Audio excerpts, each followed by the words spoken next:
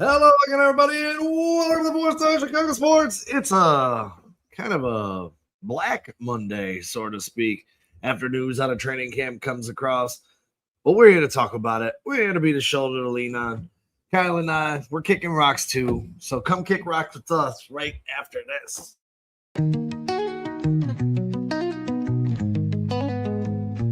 Windy City banners rocking 4 stars aligned. Dynasty dreams rise, Bulls in their prime. Cubs curse shattered, the victory divine. Fields be running, clock ticking on my timeline.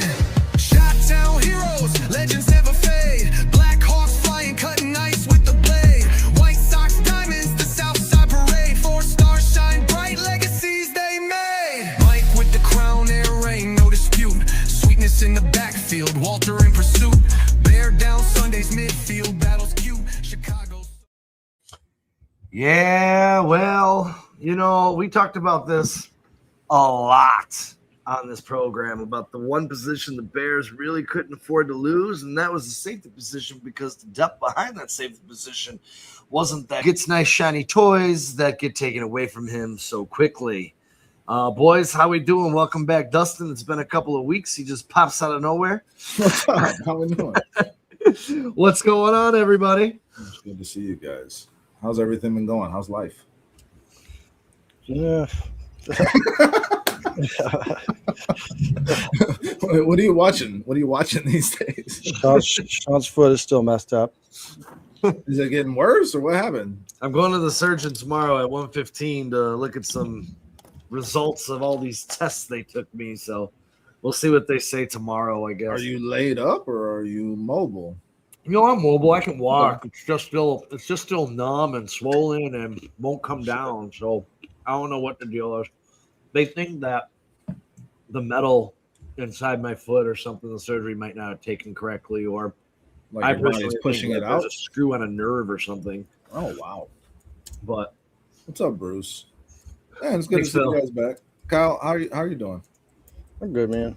Struggling along here. Working 5 days a week again, so constantly tired. You know how that goes. Yeah, man. Well, thank you guys for holding it down and keeping shit going. Yeah, life comes at you. Shit happens. I appreciate you guys. Pretty tonight. Yeah, welcome back, man. Pretty. It's a rough day to be back. Pretty disappointing news.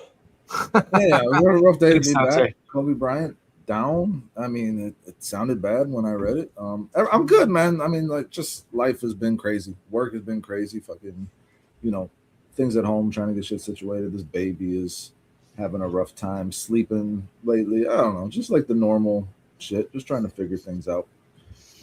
Today's actually the anniversary of my wife's brother dying. Last year, yeah, in a car accident.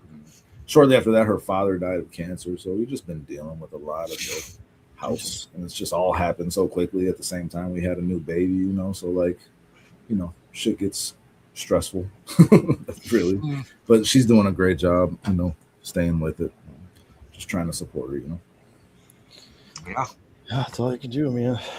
Yeah, Well, man. life comes at you fast. You know what I mean? Yeah, for sure. Just try to take care of your health, take care of your family, and hopefully you're there on Sundays for football. Yeah, that's right.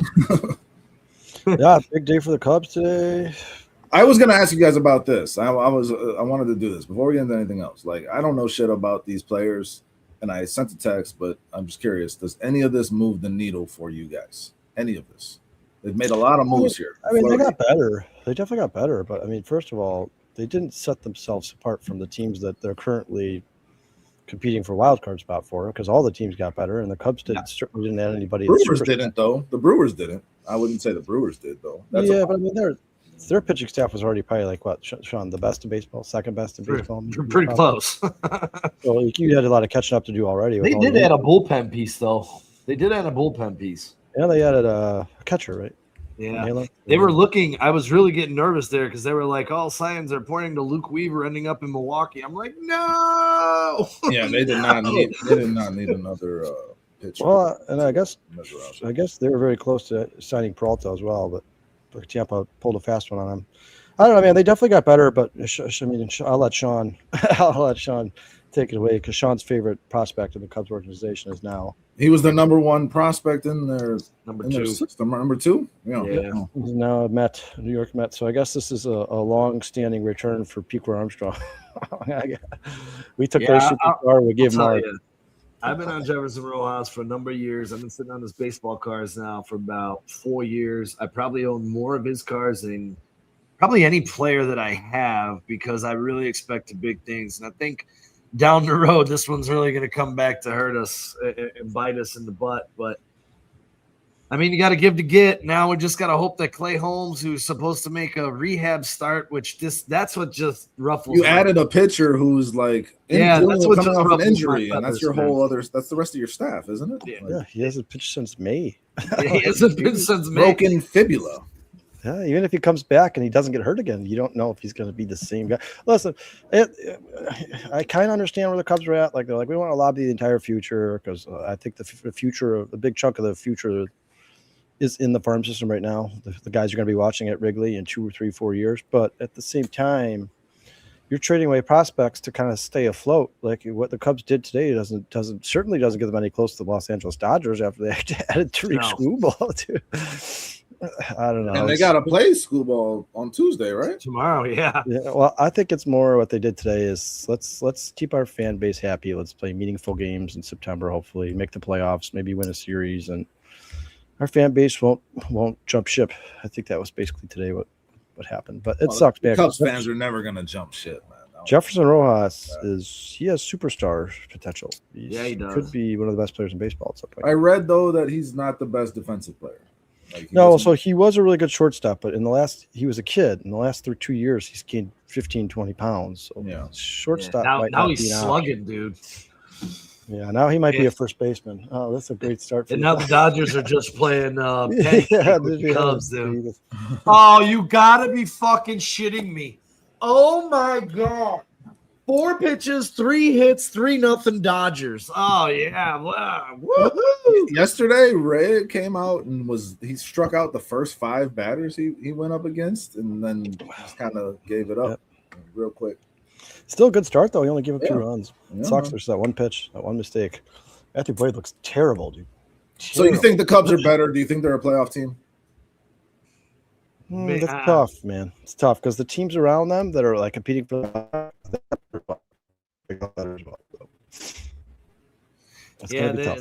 they might get swept by the Dodgers right now. So the Red Sox just took the series from the Dodgers. Red Sox have been on fire. Yeah, and they added the best free agent hitter or the best trade piece hitter available. Did you hear the stat? It's the first time in baseball history that a back-to-back MVP and a back-to-back Cy Young Award winner are on the same roster at the same time. First time ever in baseball history. Of course, has to happen only for the Dodgers. Only the best. Dante threw out a chat earlier that I thought was funny. I wanted to just point it out. He said Sean's foot is the new normal. A little Roma Dunze reference there. Roma Dunze's line. Oh my God. Freddie Freeman beating out. Oh, this is you know what, Kyle? Before the show's over, this game might be over. It might be over right now. It might be. It's 3-0. Yeah, they're going up against Robolowski. Yeah, that might be over right now, Sean. Yeah, let's get into it, man. I mean, not just what's funny is the fact that I guess not funny, but Coby Bryant gets hurt, and that's all anything's talking about. Terrell Smith left practice as well, and the Bears are already banged up at corner. Terrell Smith walked off though, right? It's like that's different. It's a little different. Is it just me, guys? It's not a Bears problem. It's not a NFL problem. It's just me or the smaller guys. When I say smaller guys, I don't mean like little guys, but not offensive and defensive linemen. The corners, the wide receivers, the safeties. This soft tissue thing is getting insane. It's getting crazy.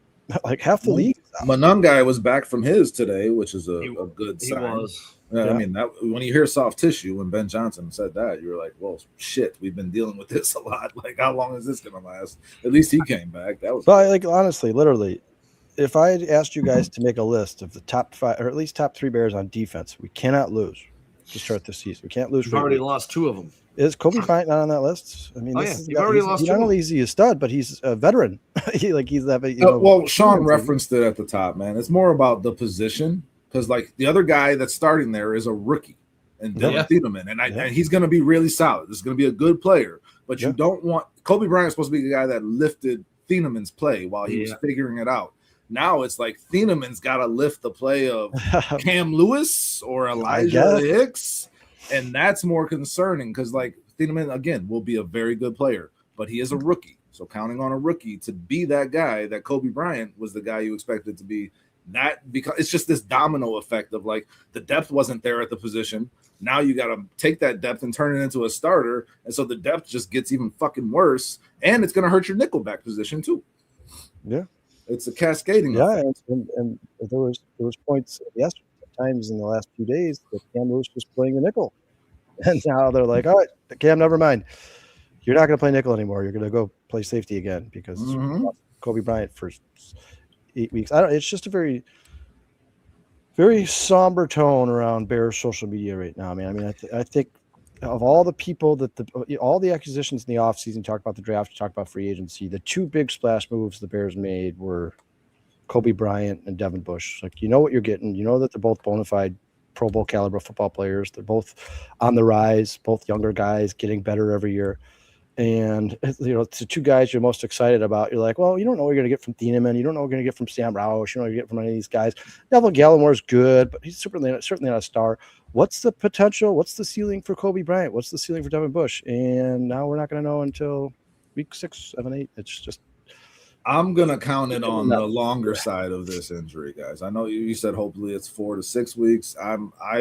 I'm saying that I'm going to count on 10 weeks with this, just from my perspective. From today, October 12th is like the best case scenario in my mind, given what I read in terms of how the players reacted and how he reacted to the injury. I'm thinking worst case scenario. That's how I feel about it. I don't want to down anybody, but like, let's just be real. Like, this is a reminder of how fragile this whole Bears defense that they've assembled has been from the beginning, and we're all aware of it, right? Like, that shouldn't be a surprise. Like, the depth isn't good enough, and in a lot of cases the starters aren't good enough, and other injuries are going to happen. What if this was Montez Sweat? You're just as fucked. If this was Devin Bush, you're just as fucked. If this was Jaylon Johnson, you're just as fucked. And one of those guys is going to get hurt, and you don't have the depth behind them to feel comfortable replacing them into the starting rotation, and then your depth just gets weaker. This defense is built on a house of cards. That's just that's what I keep thinking about. This is just a reminder of that. We kept saying backup safety. Like, there was nothing there behind these guys. Yeah.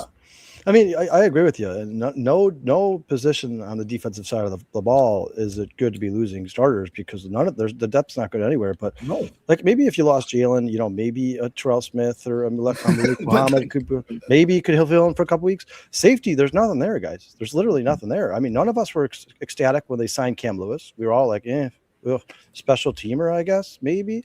And we all said numerous times, I hope this guy is never playing substantial snaps for the Chicago Bears.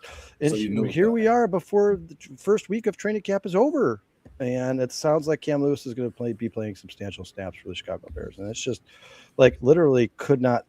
I guess losing Caleb Williams or something obviously would be worse, but in terms of the defensive side of the ball, I don't know if there could be a worse start. I don't know if losing Caleb Williams would be worse, given that Ben Johnson is designing this offense. You know what I'm saying? Like, the offense is so much farther ahead. Offense has a lot more depth. Of the defense, they have a lot more depth in so many ways, in terms of the talent, in terms of the knowledge of the scheme. Like, Tyson Bagent has been playing in this system, and we feel comfortable with him. Like, there's no comfort level behind these two starting safeties. And to me, Sean, this is just a red flag that needs to be thrown up to the Bears brass. Like, we have to do more. You can sit here and say you don't have enough cap or whatever it is. You need to find a couple of guys to add to this defense in multiple areas, because what if this happens again at another position, which, the likelihood is high that it will. Yeah, especially you guys, like I always say, you got to play the odds, right? I mean, Montez Sweat played an entire healthy season last year. He was banged up the year before. If you play that pattern when the NFL, which is pretty recognizable at this point, that these guys, it's very tough to have back-to-back 17-game seasons in the NFL, almost unheard of at this point. You could almost expect guys like Montez Sweat to miss time. Like, you should be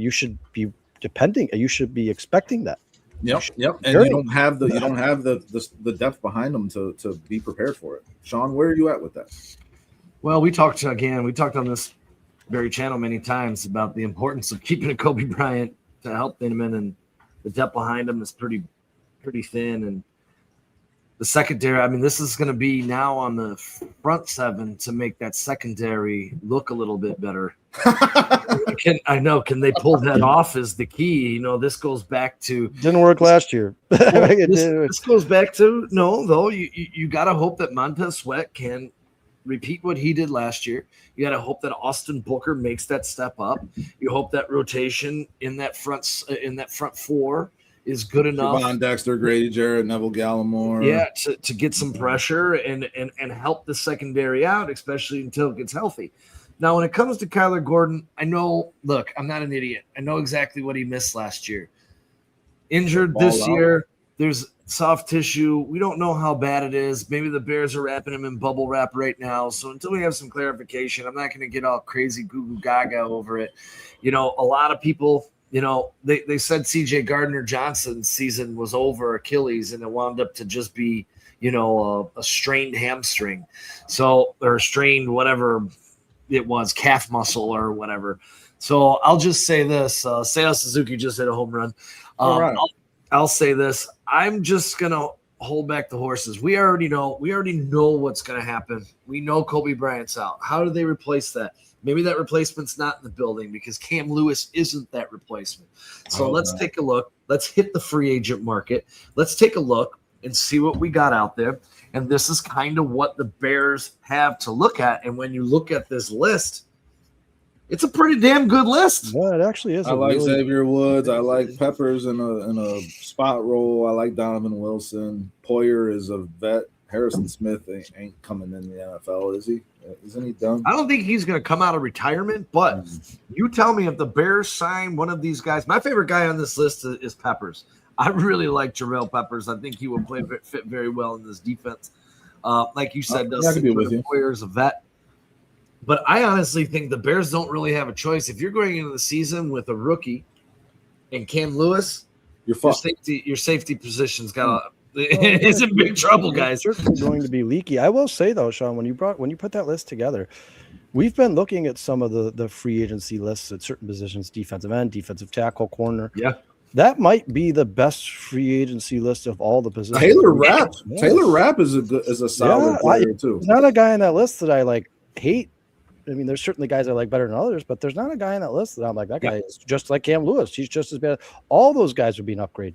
Any single one of those guys was signed tomorrow is an upgrade from Cam Lewis immediately. There was, and listen, I'll continue this conversation, but Sean, you said something, and I just want to say something in response to that, because I have been, and you guys have been on this show saying it's going to be on the secondary to make it easier on that front seven.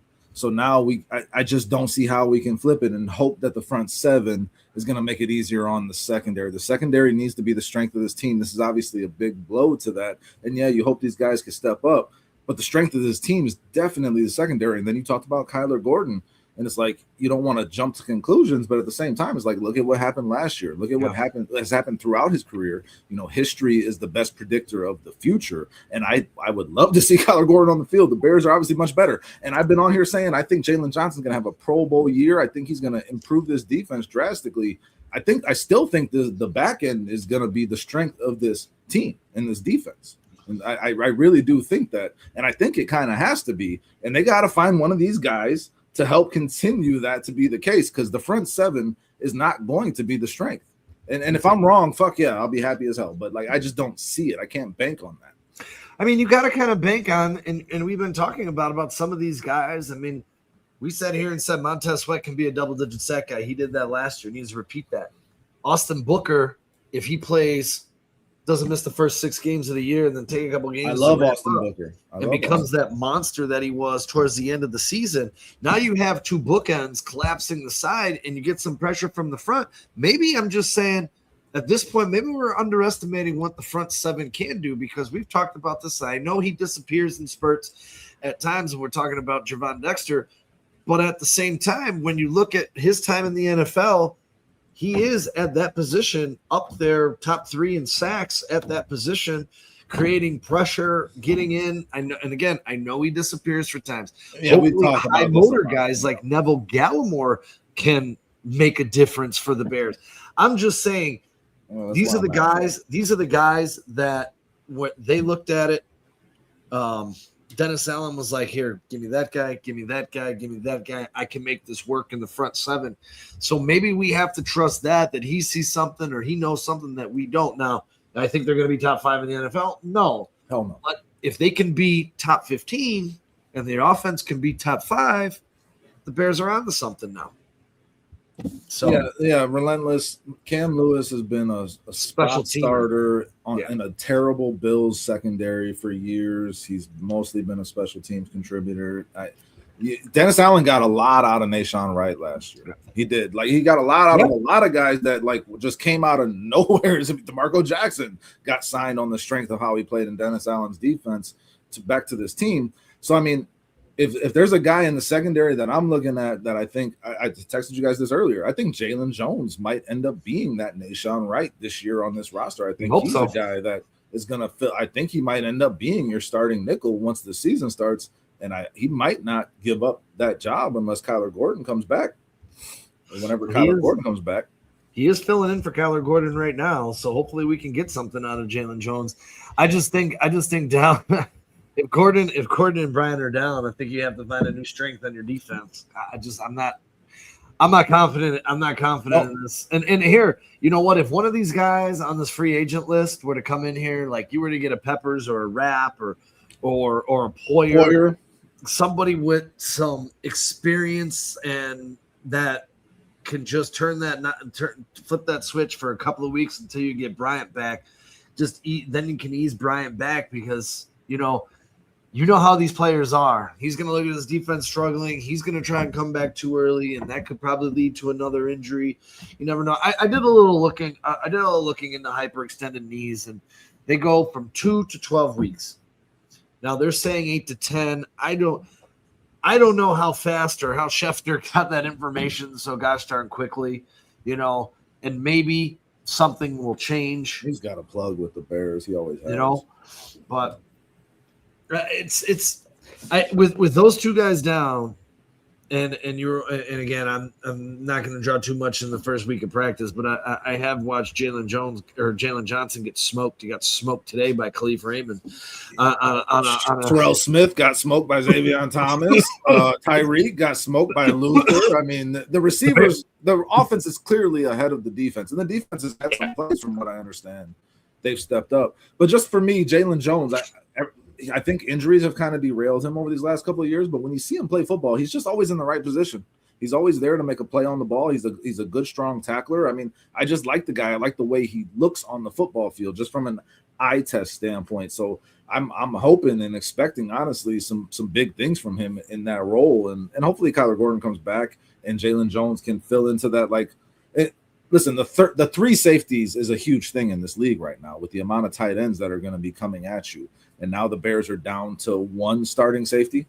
So Kyler Gordon might need to fill in on that role. A rookie starting safety. Yeah, it's a problem. So, I mean, if Kyler Gordon's health is drastically important to this equation too, because he is a guy that can be that third safety and in that role, and you can have Jaylon Jones in that nickelback spot. Like, there's a lot of ways they're going to have to finagle this now with this injury, man, and they're going to have to get some guys that we're not thinking about that are stepping up big. And I personally do not believe it's Cam Lewis. Kyle, like you said, we were saying all offseason, like, hopefully this guy does not play any substantial snaps for this Bears team in a starting role. Like, I've said that repeatedly. And of course he's the guy right now because of what happened. I don't think he is the guy that is going to perform on the field. Yeah, real quick, ball out in the house again. Appreciate you being here again, man. Thank you so much. Relentless Mikey's here. Phil's here. Steve's in the house. Ron. I know I saw Jason was here at one point. Thank you so much for being. Dante's here.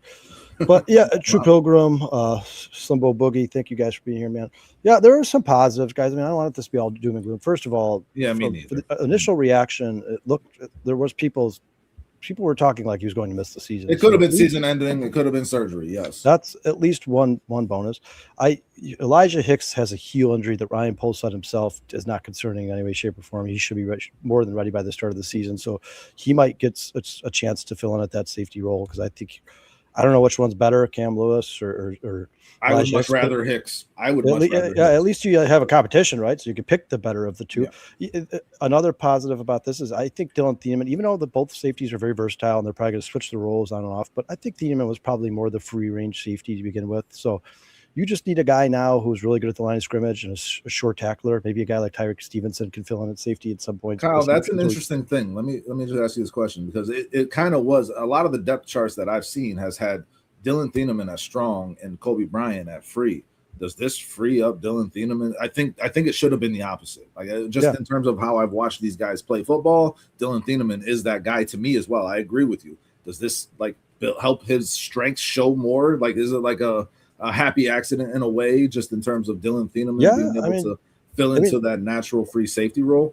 So, I mean, I know it's college, I know it's PFF guys, but if you look at Dylan Thieneman's score or rankings over the last 3 years in college, he was very up and down against the run. But one thing he was always consistent at, and he had a 90 rating or higher every year, was his coverage. Like, and everything we've heard about Dylan Thieneman, ball hawk, always finds his way around the ball, great in coverage. Really good, smart, high football IQ, takes good cuts the ball, or good lanes to the ball. Like if Dylan Thieneman ends up playing the first 6 weeks as your free range safety and kills it and is amazing, and has 4 he's not picks giving that job up. Coby Yeah. Bryant will come back into that strong safety. Maybe it could be a blessing in disguise. Yes. Obviously, it's not good to be missing a guy you just signed to a $30 or $40 million deal, because obviously Coby Bryant was going to be a big part of this defense. By all accounts, he's been like the best player at camp since it started. Yeah, and it seems like he's kind of coming to his own as a leader as well. And that's something he talked about extensively in his. It's just crazy, guys, because he was the only defensive player who had a press conference, and they were like, you're expected to be a leader here. He was like, yeah, I love it. I knew at some point that was going to happen. I knew I was going to have to become more vocal as my career went on. I've watched guys in front of me do it. I'm excited about it. He was like, I'm excited. I told Dylan Thieneman, if ever he wants to sit down and watch tape with me, I'm there for him. I'm always available. I want to help these young guys out as much as I can. This guy just won a Super Bowl. He's got that championship caliber experience. Pedigree, it just sucks that he's the guy that got hurt. But the Bears, this is the NFL. Go look around the league, guys. The chat saying that all through here, and we put it in the description of the show. The Bears are no exception to these injuries, training camp injuries, but the whole league is getting destroyed, guys. As a matter of fact, if there is one positive that the Bears have to look forward to, guys, is in the span of 1 week in training camp, week 1 against the Bears, the Carolina Panthers are going to be without Nick Scorton, without Chris Brazzell, without both off tackles, Taylor Morton and Akeem Aquano, whatever his name. They're getting banged up worse than anybody. I mean, by the time these two plays, it might be mash unit versus mash unit, but it's just after the initial social media posts, the Twitter posts. So it almost seemed like he was going to be out for the season, especially because somebody said they saw tears in his eyes when he was getting carted off the field. That's never good. That as an athlete, these guys usually know their body pretty well. They know something's seriously wrong. So at the end of the day, as terrible as this is, when it comes to the injury itself, this might be best case scenario. That might be best case scenario. Because when you got guys crying when they're getting carted off the field, that usually I was happy to hear that it wasn't season ending. Yes, I was happy to hear that. No, and it was so many. It was like a roller coaster because then Rome Odunze comes out and he's like, yeah, he's fine. You're like, oh, cool. Well, if Rome's in the building, he knows, right? And then Dustin texted us 5 minutes later. I was like, Colson Loveland said it as well. Here's a question, just. Can we trust Rome Odunze on his own foot right now? Like, is he telling us the fucking truth? Like, that's just a compulsive lie. Yeah, he's a fucking liar, Rome Odunze. What the fuck? I'll say this just to move on from this. Obviously, bad news. We'll see what the next few weeks produce. But the thing that I'm liking right now, coming out of training camp, and it's being reported by multiple places. And it just came out, if you listen to one head coach, Ben Johnson, say that he expects Luther Burden, answering the question, to be the Amon-Ra St. Brown of this offense. Top 5. He said top 5 receiver in the NFL. Top 5 leader. And I'm looking down my Twitter feed, and I'm watching multiple reporters here right now. Luther Burden looks like the Bears' #1 receiver. This next guy, Luther Burden hype is real. The next guy, Luther Burden is the guy in the Bears. Like, the ascension of Luther Burden, folks, looks like it's here. Let's just hope he stays healthy. because, man, we're waiting for this. And I'm watching his highlights right now as I'm sitting here, man, and he's got guys draped all over him, and he's just ripping the ball away from him. That was Tyreek Stevenson, by the way. Yep. Mm-hmm. He looks really, really good. He was the best wide receiver in that draft last year, and that's gonna. I'm still keeping Tootin. That's gonna show itself. You're still keeping who? Bashal Tootin over Burden? Yes, that's a bad idea. Just gonna say it. I understand. I understand the running back thought process. Like, yes, you need that number one running back, but like Burden will have a killer season. You're gonna regret. So let me ask you guys, since we're here talking about this Coby Bryant injury.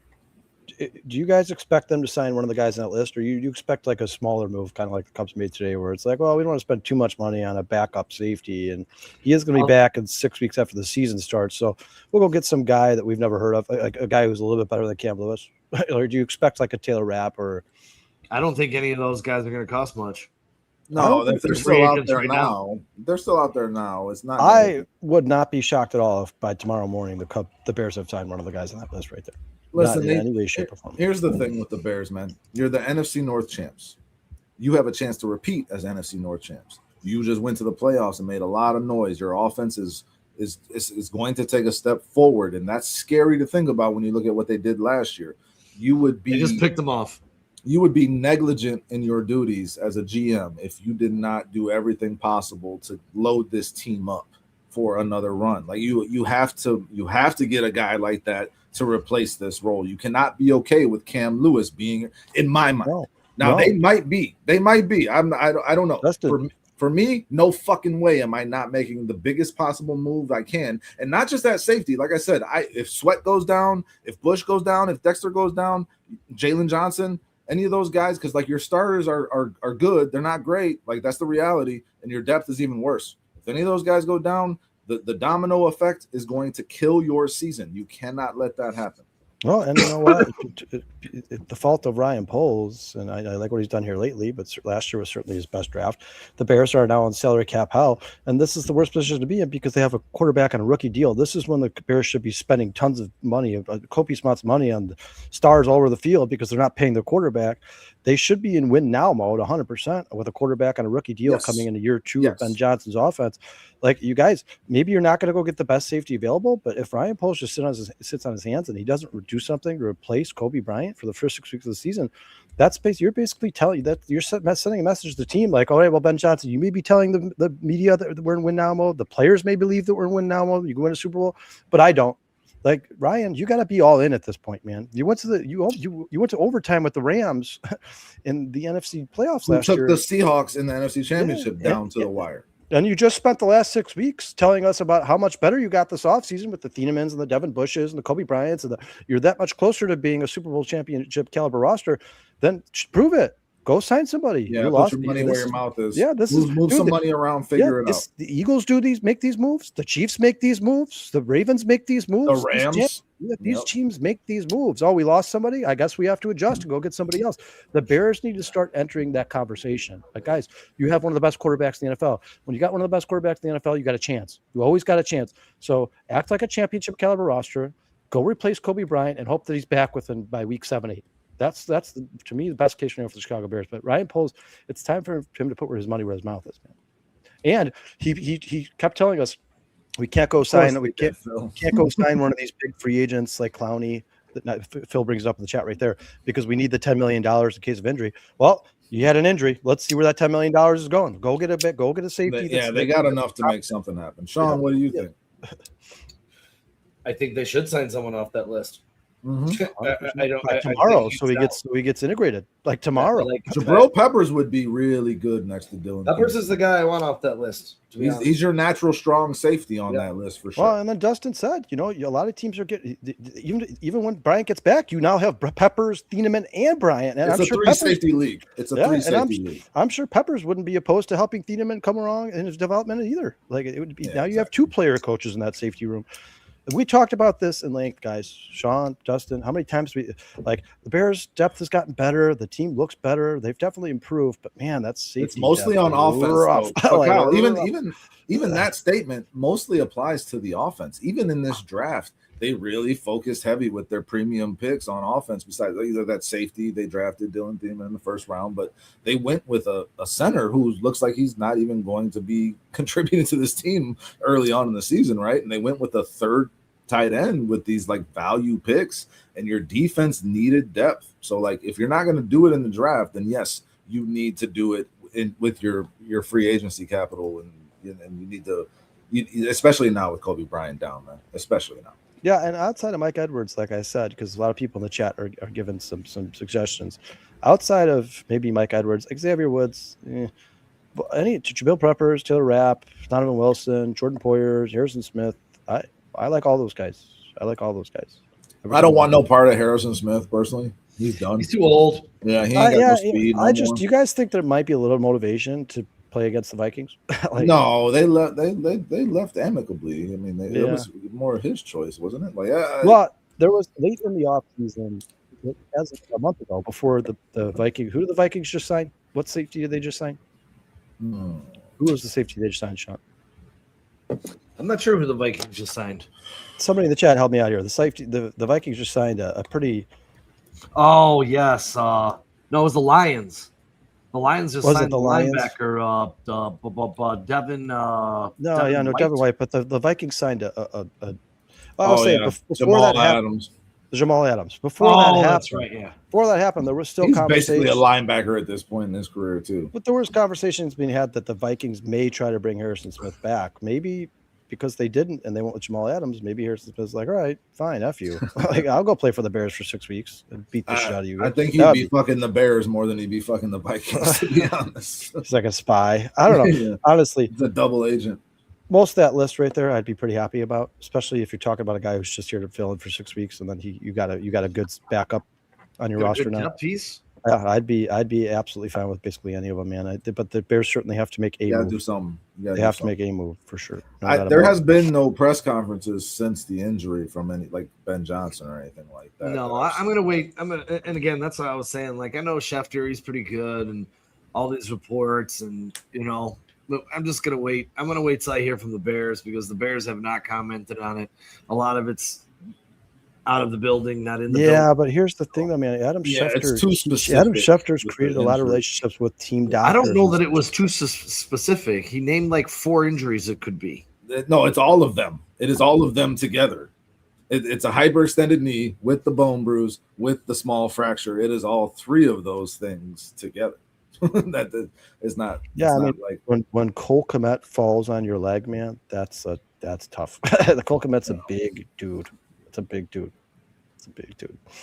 And it was that's why I'm leaning towards 10 weeks at least. That's where I'm at right now in terms of how I'm thinking about this. And that if I was the Bears, I'd be thinking the same way, which should give you some more motivation to go fucking do something about it. That's where 100%. It's like, listen, man, if this was a backup, I'd be okay if the Bears are like, well, if we lose one more backup, we'll make a signing then. We'll make our adjustment then. But this is a guy who is supposed to be one of the most important contributors to this defense, getting this thing turned around for Dennis Allen. And he was showing himself to be already. You need to fill that void, man. You absolutely have to fill that void. This is not, to me, personally, guys, it's not an option. It's not an option. This is a necessity. Brian Poles needs to be on the phone talking to these agents right now about what these free agents are. And again, Kyle, to me, not just that safety. Across this defense, if you can bring more competition in here for training camp and add depth to these positions, that if you lose one guy at any of these position groups, you are in a world of hurt. That's my personal belief. Yeah, real quick commission. I heard it was a non-contact injury. I've heard multiple reports now. So when I understand, he was covering Cole Kmet on an out route. That's what I read. It was a one-on-one. I don't know. I don't know if it was he just hyperextended his knee, like he got stuck in the turf. I thought it was a non-contact. Fell on him. A hyperextension is a very weird non-contact injury. That's tough. I heard they like knock knees getting into each other. And that would make sense. I was just very rarely do you see You'll see torn ACLs and stuff non-contact, but who is that, Sean? It's not a home run. It's just foul. But I'm. For a hyperextension of the knee, usually there's contact there. Usually somebody falls on your leg or something. I'm not blaming anyone, Cliff. Accidents happen. First padded practice. Unfortunately, it couldn't have happened to Cam Lewis instead of Coby Bryant. And I hate to say that, but it sucks because, like I said, Dennis Allen finally gets his nice new shiny toys, and dude, and yesterday the last play of practice yesterday in the 2-minute drills, Coby Bryant picks off Tyson Bagent like that amazing interception, that absolutely phenomenal interception in practice, and the whole defense goes crazy and are hugging him and picking up.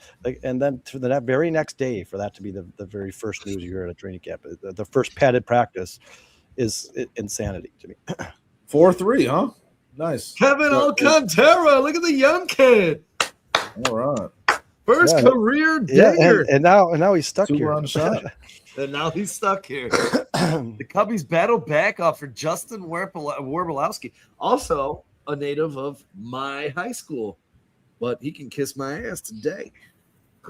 Mikey says if they sign someone, there's another guaranteed cut coming. Karan, Roshan, or someone on the bubble. You can get rid of both of them and whoever else you're thinking of. Well, I'll tell you this. Paul, that was a torn ACL, man. That's a pretty common non-contact injury. That's more of a you're cutting too quickly. Like you do try to cut too quickly, and your body's moving faster than your knee wants to. That's usually what happens with torn ACLs. Achilles are very common non-contact injuries. I can't remember the last time I saw hyperextension non-contact, unless, like I said, sometimes their foot gets caught in the grass or the turf when they're jumping and landing. Sometimes their foot will get caught there, and then their knee goes backwards. I've seen that, but very rare for. Either way, it sucks, guys. Yeah, true. It is a gut punch. True. It's terrible. What it is. It's absolutely yeah. When I woke up, I literally said to Liz, "I'm like, that's like a kick in the nuts as a Bears fan. Like that's literally one of the worst things you possibly could have read this morning." And this is before we knew the extent of the recovery period. Like this is when people were saying might be out for the season. I'm like, are you kidding me? Like, are you kidding me? It felt bad. 3 years, 40 million. Report, yeah. 3 years, 40 million just became 2 years, 40 million. Like, are you kidding me? No, well, here's again, to paint the rosy picture. If you do sign someone, then you are building depth while he's out. You see this all the time in sports where guys who have big roles go out and then other guys have to step up, and that only strengthens your depth in your team. Dustin, you talked about he is coming back. DeMarco Jackson talked about it early in the show. Like, and and I will say this, and this is if this team steps up and figures it out, they will be better for it on the 100%. Other side. 100%. That's the best way to look at it. It's not like a rookie who's losing a ton of learning and development experience, right? Coby Bryant knows what he's doing. He won't take long. Come back hitting the ground running. Yeah, he should be just fine.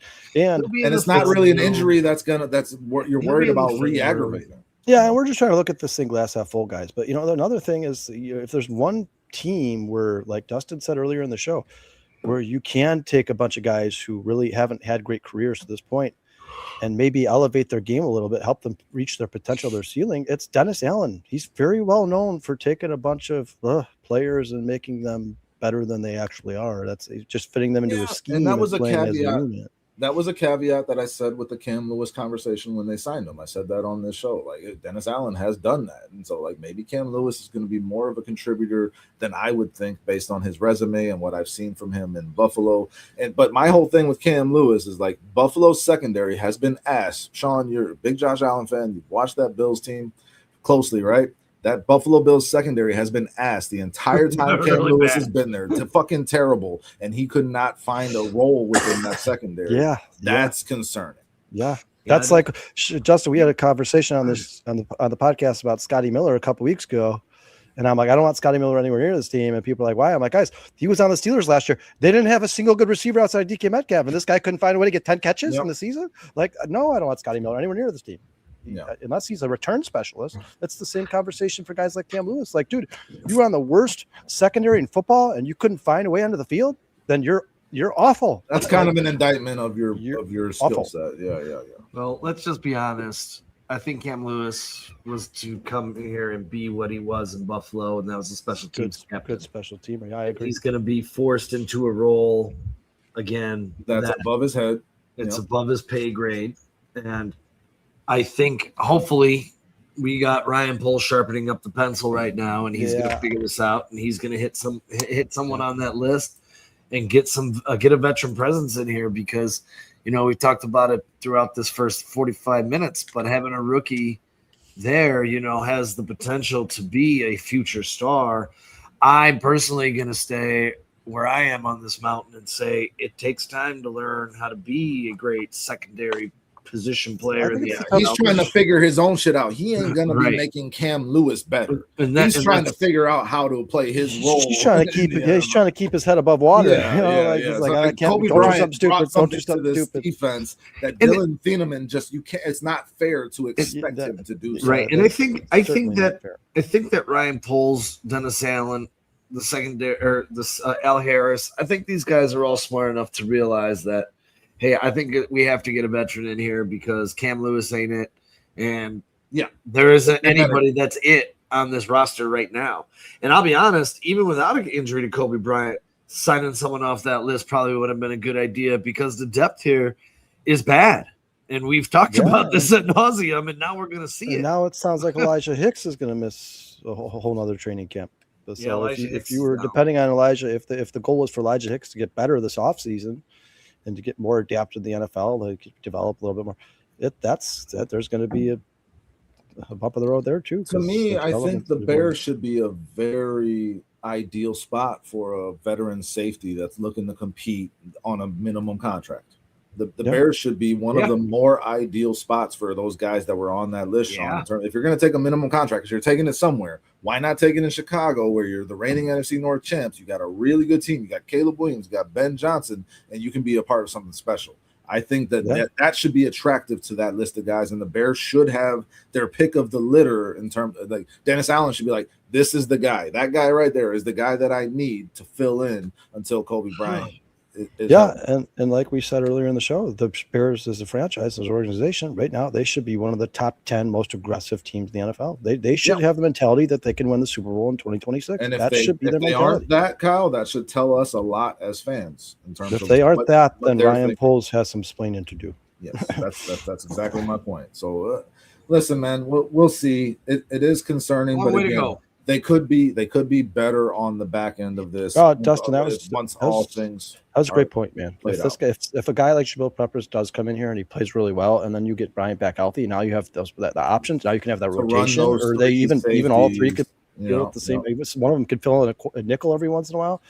That would be best case scenario for the Bears, because we all talked about in length, like once again in the chat, it did nothing but agree that if you talk about in terms of depth when it comes to the Chicago Bears roster, the safety was the most concerning. It was the most concerning by far. And now you have Elijah Hicks on the PUP, and Coby Bryant's going to miss 18. Yeah, it was concerning before those things happened. Yeah, and Mikey says here, and Mikey says here, I mean, like if it was anyone else, I'd say no way. But Dylan is a very, very special talent. I fucking agree with you, dude. I could not have been more stoked. He was the guy I wanted for the Bears the entire draft process in that spot. I thought they were lucky as fuck to get him. All I'm saying is, I agree with you, but like he's still got to wrap his head around how to play the position. So I think he's going to do that really well. But I thought Coby Bryant was going to help him do that and bring up his level of play and the guys around him. Whereas the point we're making is Dylan Thieneman, you shouldn't expect him to do that as a rookie within the first 6 to 8 weeks of the season. Maybe as the season goes on, it's just an unfair expectation on any rookie, no matter how good they are. Obviously, a terrible comparison, but you guys know I'm a bartender. I've been bartending on and off for 17 years. I have a lot of experience. I know what I'm doing behind a bar. When I get these young bartenders who have their first-time bartenders and I'm training them, I tell them straight up, like, guys, listen, man, for the first month, I'll carry the load. Just hang in there. I'll carry the load, and the more comfortable you get back here, the more you'll start to pick up some slack. So basically, you're Coby Bryant of the bar. Yes. And you expect, and it's like you said earlier, Dustin. It's not fair to expect Thieneman just needs to focus on his own.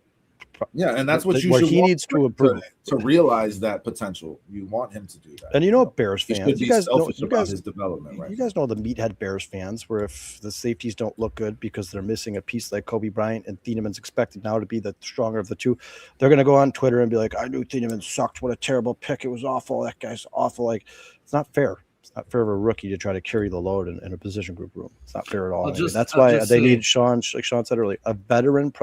Veterans, like, it's the experience is invaluable.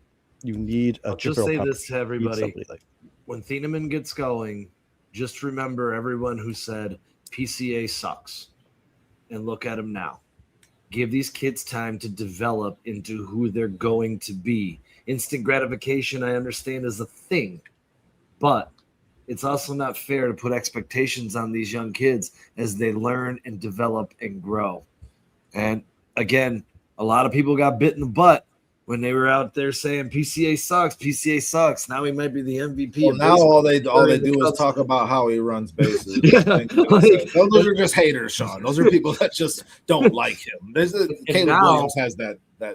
I'm just saying to keep it in perspective. When you look at Thieneman to start the year, these guys are going to make mistakes. They're going to get fooled by good quarterbacks who know how to throw. Yeah, I think Mikey's not really. I think Mikey's talking about something different than words. Mikey, I expect him to make an instant impact on the field for sure. I'm just saying, like, I don't expect him to be the tide that raises all boats as a rookie trying to figure out his role. You don't expect him to be the Bears MVP this season. He might be the Bears MVP in 2 years, but you don't expect him to be the Bears MVP as a rookie. And Mikey, look at Cooper DeJean. The first 6 weeks of the season, Cooper DeJean was a handicap. He was causing problems. He was giving up way too much space. Quinion Mitchell giving up too many big plays. By week 8, both those guys were two of the best players on their team. But you expect that to take some time, and you want that rookie to take that time. Those early struggles, and it's natural. That's how it goes. You guys saw it with Colston Loveland and Luther Burden. You don't have to look too far. Like last year, the Bears, they took Colston Loveland and Luther Burden 6 to 8 weeks to get integrated into the offense and to earn the trust of Ben Johnson. It's going to be the same thing with Thieneman. Obviously, he's going to be playing every down because we don't have anybody left. But you still expect there to be some bumps in the road. Here, I'll be honest.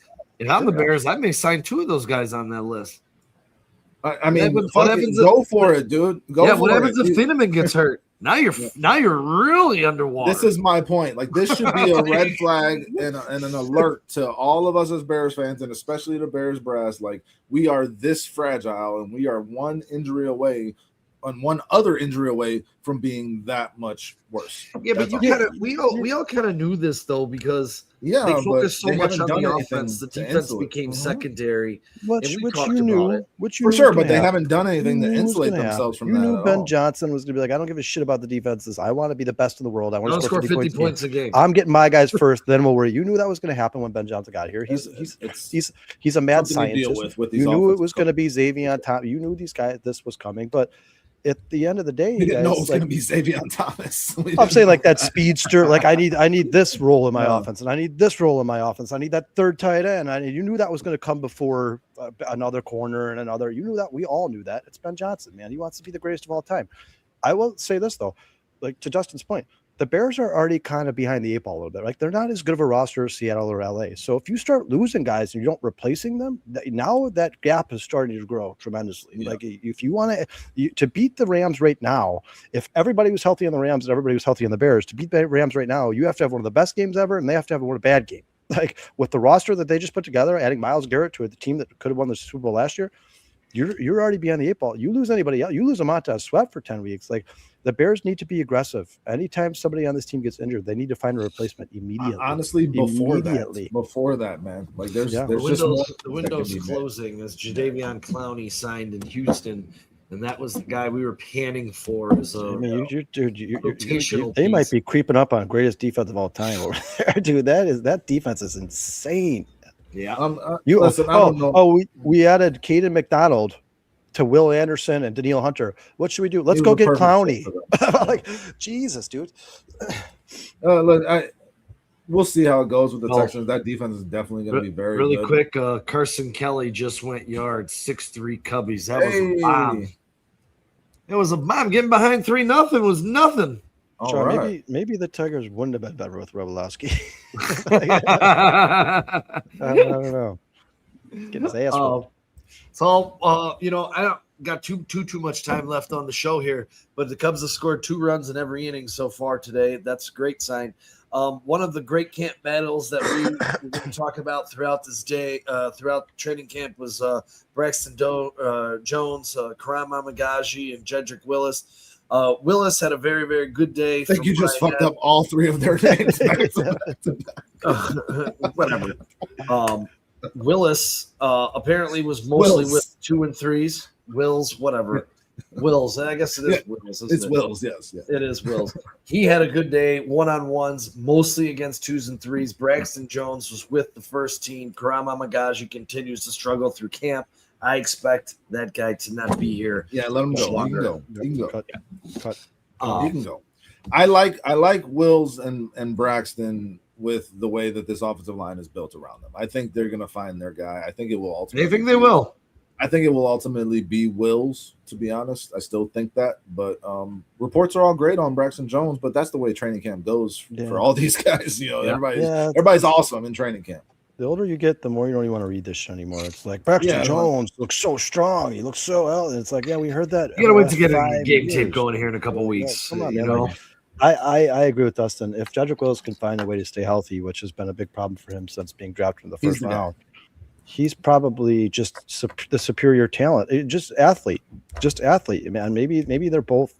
Technique too, Kyle. Yeah. Technique too. Yeah, and maybe neither of them will ever be a Pro Bowl caliber tackle. But if you're taking the least worst of, don't you take the guy who was a first round pick and was projected? He's a tremendous athlete and his technique's better. By default, I mean, guys, we've seen Braxton Jones. We've seen it for 4 years. What more do we need to see? Yeah, I don't I'm sorry.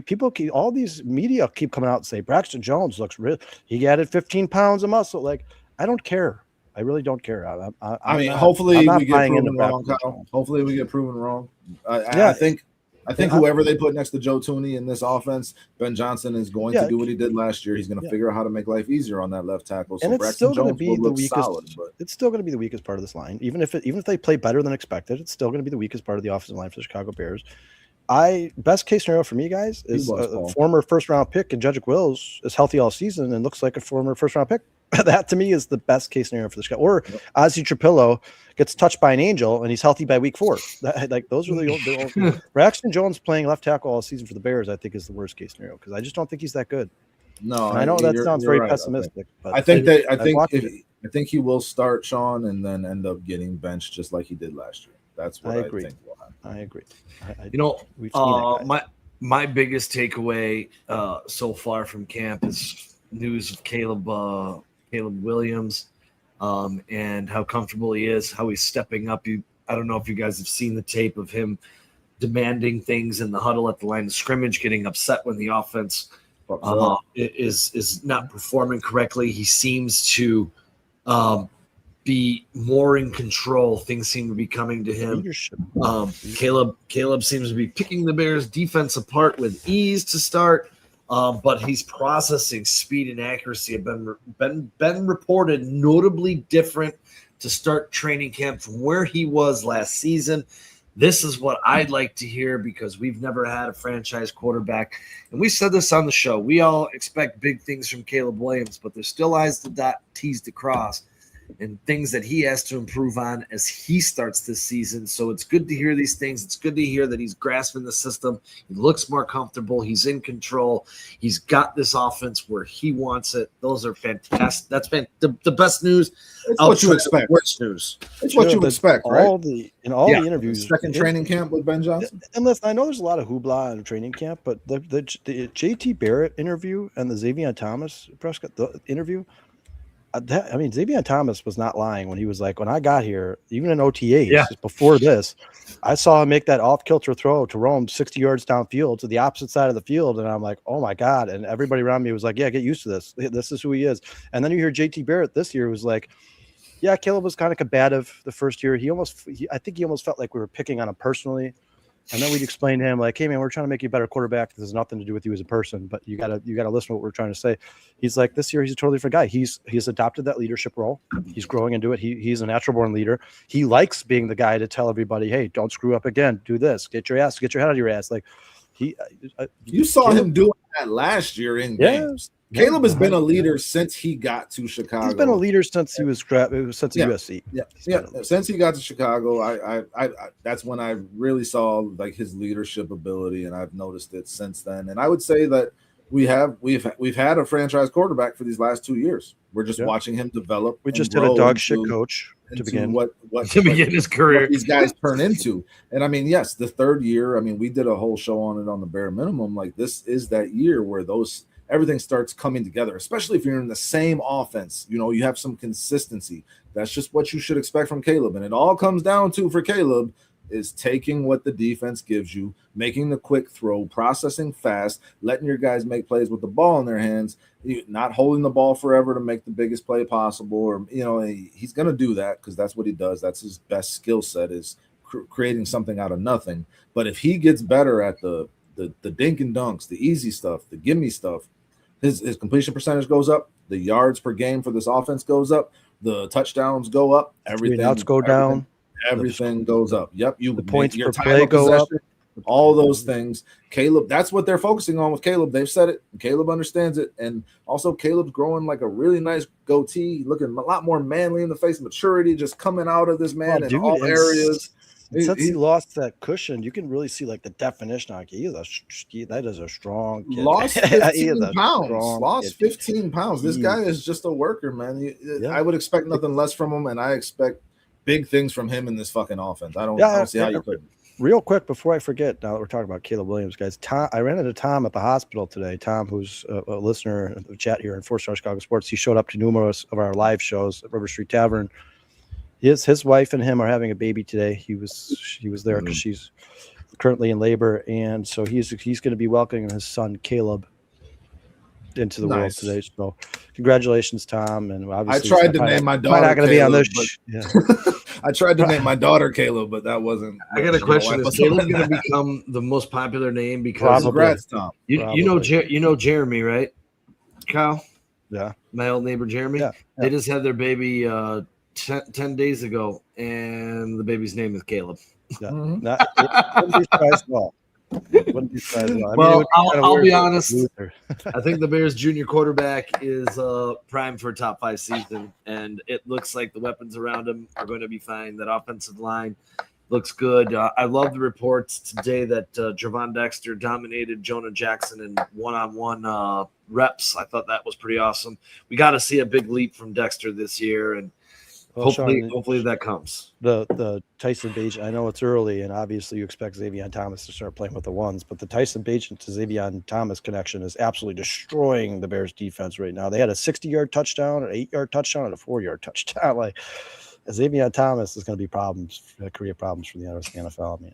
He's going to be much more than a gadget guy for this offense. Much more than what we originally expected when he was drafted. Between him and Khalif Raymond, I feel really fucking good about those 3 and 4 receivers. I love the return game. The return game got a lot more dangerous too. No disrespect to Devin Duvernay because I like him, but I love all the Packers fans taking the X talking about how awful Jaylon Johnson looks because he got beat by Khalif Raymond in practice today. Yeah, by a guy with 4.28 speed. Yeah, I mean Khalif Raymond put a hell of a move on him. Just in case you guys didn't hear, but they did come out and say from that team headed up north that Matthew Golden is 100% going to assume the Romeo Doubs role in the offense. He's locked into that position. So we're going to find out what Matthew Golden has because he had a 70% field goals for him too. What's that? So maybe he can kick field goals for him too. It's going to be interesting. You guys been watching, not to change the subject, but you guys been watching the training camp video of footage of Jordan Love, man? No. I saw that crossing route where he hit the dude in the helmet. Dude, you see the one where his arm got tapped and he threw the ball straight up in the air and it got picked off for a touchdown, or the one where he handed the ball off and then they were doing a trick play with flea flicker and then he tripped on his own feet and fell down and the flea flicker I did see that one. Yeah, the flea flicker just got thrown on the floor for a fumble because Jordan Love was laying on the floor because he tripped over his own feet. Like it looks like a comedy of errors in Green Bay right now, man. It's like watching a Charlie Chaplin movie. And I will say this before. That's cherry picked footage, though. I'm sure. Sure, because it's a Bears Instagram post, so of course it's going to be like. But still, man, like I don't know, man. I think Green Bay is in trouble. I think the offensive line is bad. Josh Jacobs is in trouble. They might be in trouble, man. They might be in trouble. Everyone told me I was crazy. But I said this. I like the Vikings better than the Packers. They're going to finish last in this division this year. They're going to. Well, Sean, I think it was Mike Florio said this will be the first time in a very long time that he has the Packers not only missing the playoffs but being one of the struggling teams in the NFC. This might be the year that gets Mike LaFleur axed. As long as we got a bunch in the building right now, I just want to say, don't forget September 7th, going to be the All Prediction Show. And every prediction you can think of, we're going to have. It's going to be a little bit of a longer show. We're going to get through the entire NFL, end of the year awards, playoffs. We're going to have My favorite time of the year. Yeah, September 7th.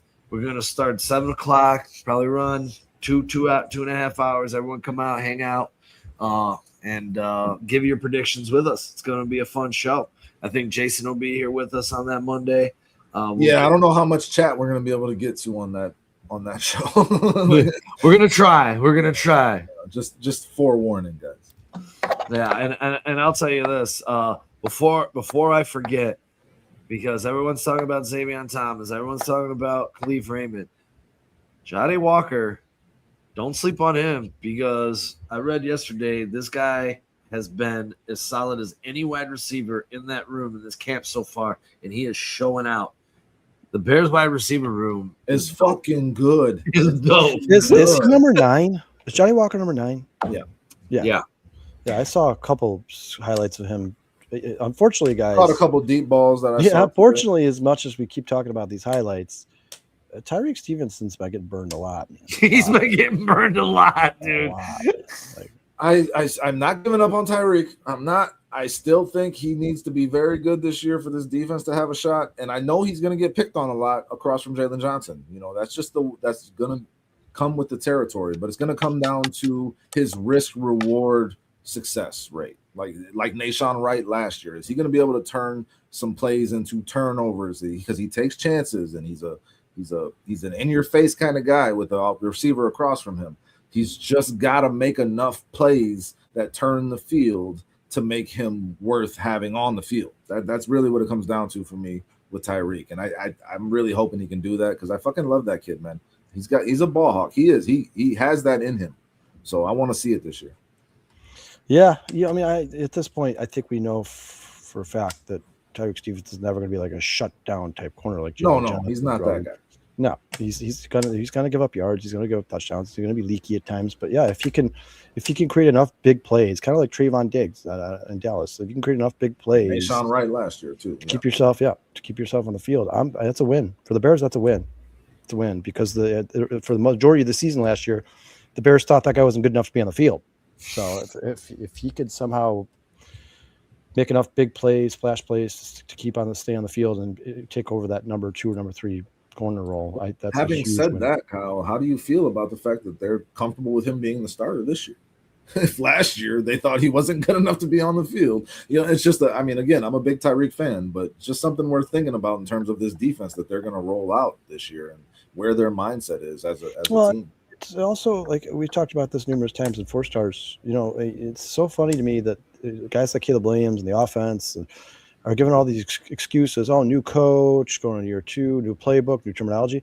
Well, did the defense not go through the same thing? Like maybe they just felt like they had to break some bad habits that were implemented by the Matt Eberflus staff, and they believe that Tyreek Stevenson's ceiling is much higher than it is. It's just he's a slow learner, and it took him a year. I don't know.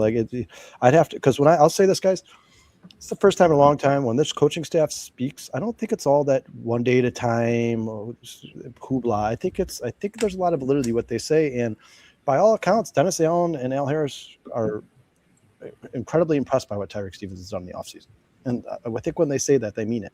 And now does that mean I think he's going to be the number 2 corner for the Bears all year and he's going to be play at a Pro Bowl caliber level? No, not necessarily. But I do believe that they think that he's playing with his ass on fire and he's playing for a contract and another job. Dude, when I saw that he got engaged, I was like, all right, Tyreek, you're growing up. Yeah, Tyreek is trying to had a second kid, right? He just had a second kid. I mean, yeah, so I got good vibes about him. Yeah, and these are boys becoming men. That's what it is, man. It's happening. And Dustin, I agree with you, man. I've said this numerous times on the show. I'll say it again. Best case scenario for the Chicago Bears is Tyreek Stevenson looks like a second-round pick that he was, and he ends up being a damn good corner in the NFL. People are like, oh, I'm ready for Malik Muhammad to replace Tyreek Stevenson. That's not best case scenario for the Chicago Bears. You want all of them to be good. But in case, like Dustin said earlier, you suffer another injury, which is going to happen at some point. It's the NFL. One of these guys is going to get injured. You can rely on Tyreek, Malik Muhammad, Kyler Gordon. They're all good. That's the goal, right? I'll tell you right now, all these training camp reports and all these things. Come on, PCA. All these training camp reports that I'm hearing and everything I'm seeing, the one name I haven't heard anything about? Guy you just mentioned, Malik Muhammad. He's not in any reports. There's not one reporter talking about one Bears insider. I don't know if they're slow rolling this kid in, but I have not heard anything about him. That makes me a little nervous, but it's only a weekend. We'll see where he goes. But just something to keep an eye on that. Haven't heard much about him yet. You don't even see him in highlights when you're seeing the receivers. I looked at the one-on-ones. He wasn't even in one-on-ones today. Well, he's so far down the depth chart right now, Sean, in terms of getting reps, especially in team drills. Like he's down that depth chart. He's gonna have to earn it. I think he's gonna be a good player in the league. I think he's gonna be a good player too. I think it's gonna take some time. I don't know if I think Jaylon Jones is the guy in that nickelback role until Kyler Gordon comes back, and I think that's going to be okay. Honestly, I think he's going to keep Malik Muhammad at bay. Real quick, a bold take from a new chat member here. I've never seen Shep. He says Caleb Williams will go down as the greatest athlete in American sports history. That would be awesome. That would be absolutely. I'm just going to go out on a limb and say that might be Illinois Jones, just from the dog picture. Just gonna say it, but either way, welcome to the show. We appreciate you being here. And that would, once again, best case scenario for Chicago sports, Chicago Bears is Caleb Williams is the best quarterback ever. Honestly, just in Chicago sports history, besides Michael Jordan, would be like we can just go to Chicago local level, and that would be amazing because you got Michael Jordan in that conversation. Well, remember, Patrick Kane is now the most decorated American hockey player ever playing in the NHL. Like there's a lot of competition here. Yeah, for sure. Chicago. Walter Payton might be the best athlete ever to play sports. He's in that conversation. I've seen him on those lists before, for sure. But he certainly would be amazing. About that would be amazing if Caleb ends up being that guy. It would be absolutely amazing. Sky's the limit, man. The ceiling is high. We just don't know the floor for Caleb yet. Well, we got 12 days until the Bears entertain the Cleveland Browns here at Soldier Field. We'll get to see some left tackle action, get some of these questions answered. When Ben Johnson was asked whether the starters were going to play, he just said that's to be determined throughout the preseason, not just week one. So I don't know if he's going to put these guys in a glass bubble or what his plan is, but he's certainly not telling us because when directly asked, he said TBD. Here's the question of the day about that. Do you play Caleb Williams if you're Ben Johnson in this preseason at all? I would not. I would. I wouldn't. I would, because there's still a lot of questions that need to be answered. His operation of his offense, slow starts, can all this training camp stuff is great, but I want to see him in live game action. Can you put the offense on your back, get this thing moving a little bit? I'm not saying I'm playing for a quarter. One drive. Yeah, first game, one drive, second game, 2 drives, and then third game, don't play at all. Yeah, that's the best case scenario. And get him comfortable. I mean, if he gets sacked or takes a big hit, then he's done for the preseason. Think about it. Well, but I would just like to see him play because we've seen this, and then we're going to go into week 1 against Carolina, and everyone will be like, "Oh, he looks like shit. He's rusty." He's rusty because he hasn't played real game action since last January. So I don't know. For me, just give him a little full game speed. I don't need to see him for 4 quarters. Just get him in there a little bit. Get him moving. 3 drives and 2 preseason games. I'm good with. Give him a little something. Who I don't want to see is DeAndre Swift. I don't want to see because we don't have another running back, and Kyle Monangai's already banged up. Well, he was back today, as we said. The list of guys we don't want to see in the preseason is growing. Like I don't want to see Austin Booker in the preseason. I don't want to. As much as I love Austin Booker and I'd love to watch him. His descent. I don't want to see him in the preseason. I don't want to see Jaylon Johnson in the preseason. Certainly don't want to see Kyler Gordon in the preseason. I don't even know if I want to see Dylan Thieneman in the preseason at this point. And he needs it. But you suffer an injury. If Thieneman suffers an injury in the preseason, you're in big trouble. But there is something to be said about playing your guys and making sure that they're ready for the season. And Ben Johnson seems to be a guy that wants to be ready. Yeah, and whatever Ben Johnson does, I'm going to be okay with. He's earned that through year 1. He seems to have a grip on what it takes to get it done. So I'm going to just let him do it.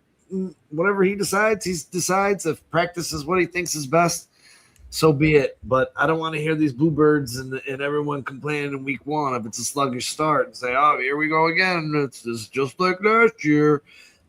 You see it throughout the league. It wouldn't be just a Caleb Williams thing. Whatever Ben Johnson decides, I'll back. I guess it's where I'll fall. Yeah, I mean, because he knows. I think he knows. He's got his fingers on the pulse of this team in a very strong way. Yeah. And I hope that one of these guys are on the Bears. I don't care who it is at this point. Just somebody signs one of these guys to fill that void, man, because what they have there right now is not exactly what I want to see come week 1. You need reinforcements. You got to get at least one of those guys. And like Kyle said, why not? Or one of you guys said, why not 2? Why not go with 2 of those guys to really secure this position and make yourself feel good about it? Because you got to give your team an opportunity to fight through this and stay competitive and get better to the point that when Coby Bryant comes back, now you can be hitting on all cylinders. Yeah, really. Yeah, and you can tell us over and over again about how you're in win now mode. Well, show us. Yep. Show us. You can say it as much as you want. Show us. And they it's not like they didn't do anything this offseason. They lost some pieces, but they gained some pieces, and now unfortunately one of the most important pieces that you gained in this offseason is now out for a good chunk of the first part of the season. So you have to do something. You have to. Yeah, and you can still clear up some salary space, guys. I expect guys like Kuran Namagaji to be cut. Roshan Johnson might be cut. Some of these guys might be cut, and they're going to clear up a little bit of salary space. Obviously, there's going to be dead cap as well, but you can free up another $2 million, sign Peppers, and be basically in the same spot you're in right now. Yeah, 100%. You're going to cut this roster down to 53 men. You're definitely going to. There's going to be more salary to play with at some point. If I was looking at that list, my top 2 are probably Taylor Rapp and Jabril Peppers. Those are probably my 2 guys that I'd like to see in Chicago Bears uniform. That my personal. I wouldn't mind Poyer either. Poyer's just a guy who just. Yeah, I think I might be with you guys on that. Those 3 guys. I like Xavier Woods too, but honestly, like any of that is an upgrade over Cam Lewis. And Elijah Hicks. Elijah Hicks has had flashes. Again, I feel better about Elijah. I've seen Elijah Hicks, play starting safety for this team and in this defense. So like that means something to me, I guess, versus Cam Lewis, who just hasn't done anything through his career, really. So, but I guess Hicks hasn't done anything either. I feel better about Hicks, but like it's not a good feeling either way. No, the secondary choosing the best hot dog at the gas station. The secondary for the second year in a row. Supposed to be the strength, becoming a great weakness. You want to stay positive. Injuries happen to every team in the training camp of the preseason. It sucks, but it's that one hurt, man. That hurt. Yeah. Coby Bryant, I'm like, no way. I'm like, you can't. You got to be. This guy just had a press conference.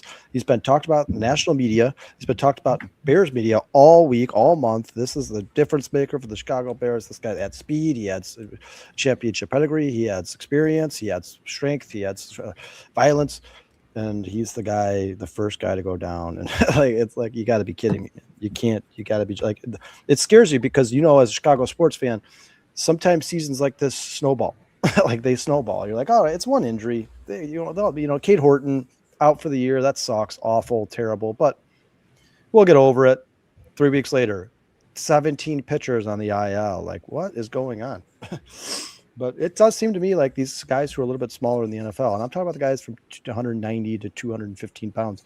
They're these soft tissue injuries, all these injuries seem to be more and more prominent in the NFL. Like it's getting to the point now where the NFL might want to think about expanding the rosters to like 58 men.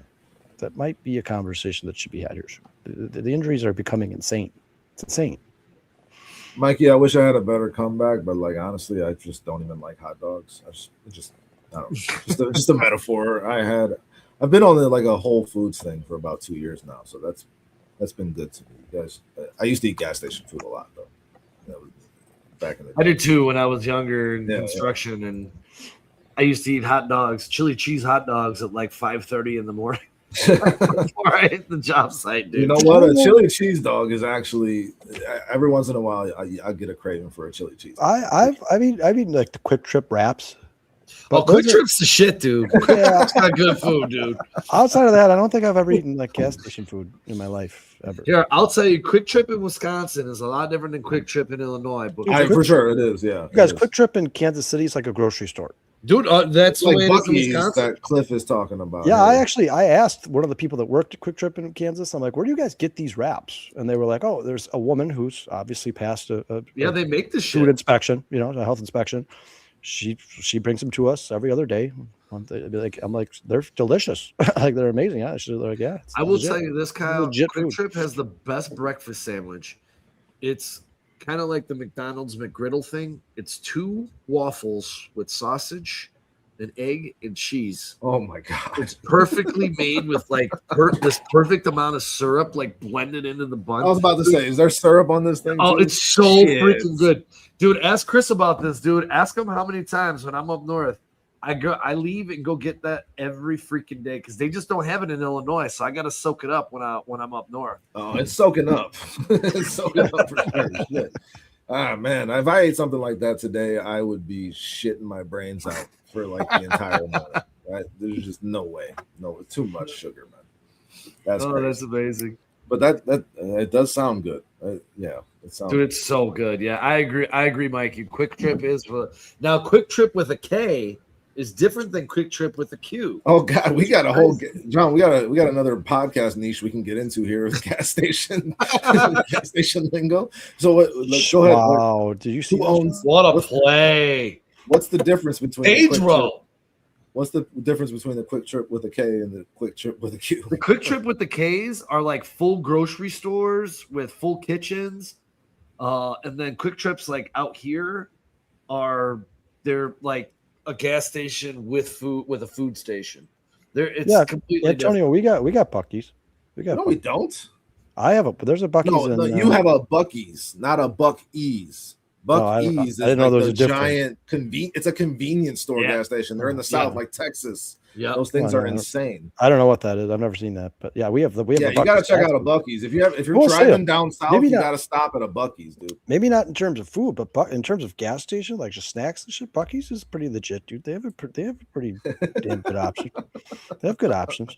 I mean, listen. Like I said, I used to eat those wraps from Quick Trip when that guy told me he's like, no, this is made by like a chef. I'm like, well, they're delicious. Outside of that, like people are like, oh, you've never had 7-Eleven sushi? It's not that bad. I'm like, yeah, I'm never going to. I will never eat that. Or when you see like the taquitos spinning on the thing for 38 hours, I'm like, yeah, I'm never going to touch any of that stuff ever in my life. Yeah, I know for a fact it'll kill me. That's why I went to that with that metaphor, because those things are shit I will never fucking touch. I know for a fact I'd be shitting my Whataburger is overrated. I'm just gonna say it. Whataburger is overrated. That shit is not very good. Not a fan. When I'm eating that shit, it's because I just drank a bottle of whiskey the night before, and I need something to help with the hangover. It usually is followed by a Dr. Pepper and a giant, and a terrible bathroom experience. Diarrhea. You guys, look at C-Spags. This guy is. He's going to gas auto grill in Italy. Oh my God, prosciutto. Like, what are they serving there? Those snails? I think the porchetta is what they're serving.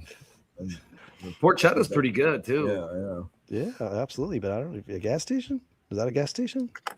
Dustin, you haven't been here, man. I got some really good shit, dude. Check this out. This is you went to the convention, right? Or did you order that? I ordered it. It's gonna be one. Then we got Forte's first touchdown. I got NFL touchdown. I remember that touchdown. He broke that thing for like 60 yards. He went middle and then hit the sideline. Yeah, it actually hangs right there behind me. Yeah. That was a hell of a fucking run. That's his first Packers touchdown. That's why those two touchdowns against the Packers and his first. That's why those pictures are so significant.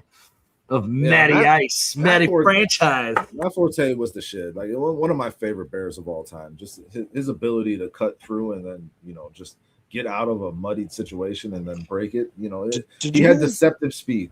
Dude, somebody on X just put together like a 10-minute highlight reel of all of his Bears touchdowns, and so fun to watch. Oh yeah, dude, it was so fun, dude. Did you guys see the embrace between Ocho Cinco and Luther Burden? What do they like? Are they friends?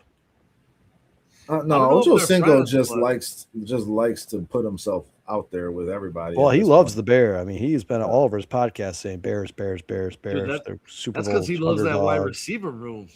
Steve Smith calling out this wide receiver room in a very positive way. Like, listen, the skill set in this receiver room, and not just in the receiver room, the tight ends too. Like, it's Sam Roush is going to be a much bigger contributor in the receiving game than anyone wants to give him credit for up to this point. This guy is going to be catching balls. He might supplant Cole Kmet sooner than any of his fans would like.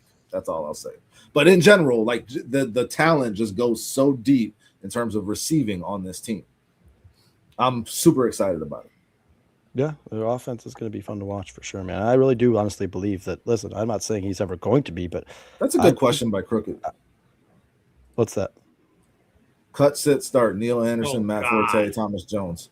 This is easy for me. I'm starting Matt Forte. I'm benching Neil Anderson, and I'm cutting Thomas Jones. That's easy. I would have to agree Sean, because I thought Sean was going to say cut Neil Anderson. I would Sean not loves cut Neil Thomas. Anderson. Sean loves Thomas Jones. Man. I love Thomas Jones, but he just I love wasn't. Thomas Jones too, but I just hung out with Neil Anderson. Neil, me and Yeah. Neil, we're buddies. We're buddies. You said, "Hey, can you sign Neil this for me?" Anderson's And the watch- third leading rusher all time in Bears history, dude. And look, man, you know my infatuation with Thomas Jones. He's Well, on the Wall of Fame as well. Pilgrim, don't speak too soon because if you're talking about footage coming out from training camp, you've been seeing the highlights between Josh Allen and DJ. Well, what else would you expect? Dude, DJ Moore gonna have a big year. Yeah, DJ's Listen, gonna be. but the DJ's Bears aren't He's high going on my to- fantasy list. But the Bears aren't going to miss him. Is the point that True Pilgrim's making, and They probably won't. I tend to agree with him. Well, we'll see if they lose a game to the Packers. Saturday, I'm gonna be like, I wish we had DJ Moore because he's the Packer killer. Saturday, Mikey. I have to dedicate my entire Saturday to my wife because it's her anniversary, and I pissed her off by blowing off this baptism this past Sunday because I just didn't want to go. So she told me I had to make it up to her Saturday. So For your anniversary? no, the anniversary is this Saturday. Yeah. Okay. She wanted me to go to some baptism with a bunch of people I didn't know, and I just was like, dude, it's the Cubs and the Yankees. I want to watch that instead. Yeah. My anniversary is the 14th, actually, next week. Of August? Yeah.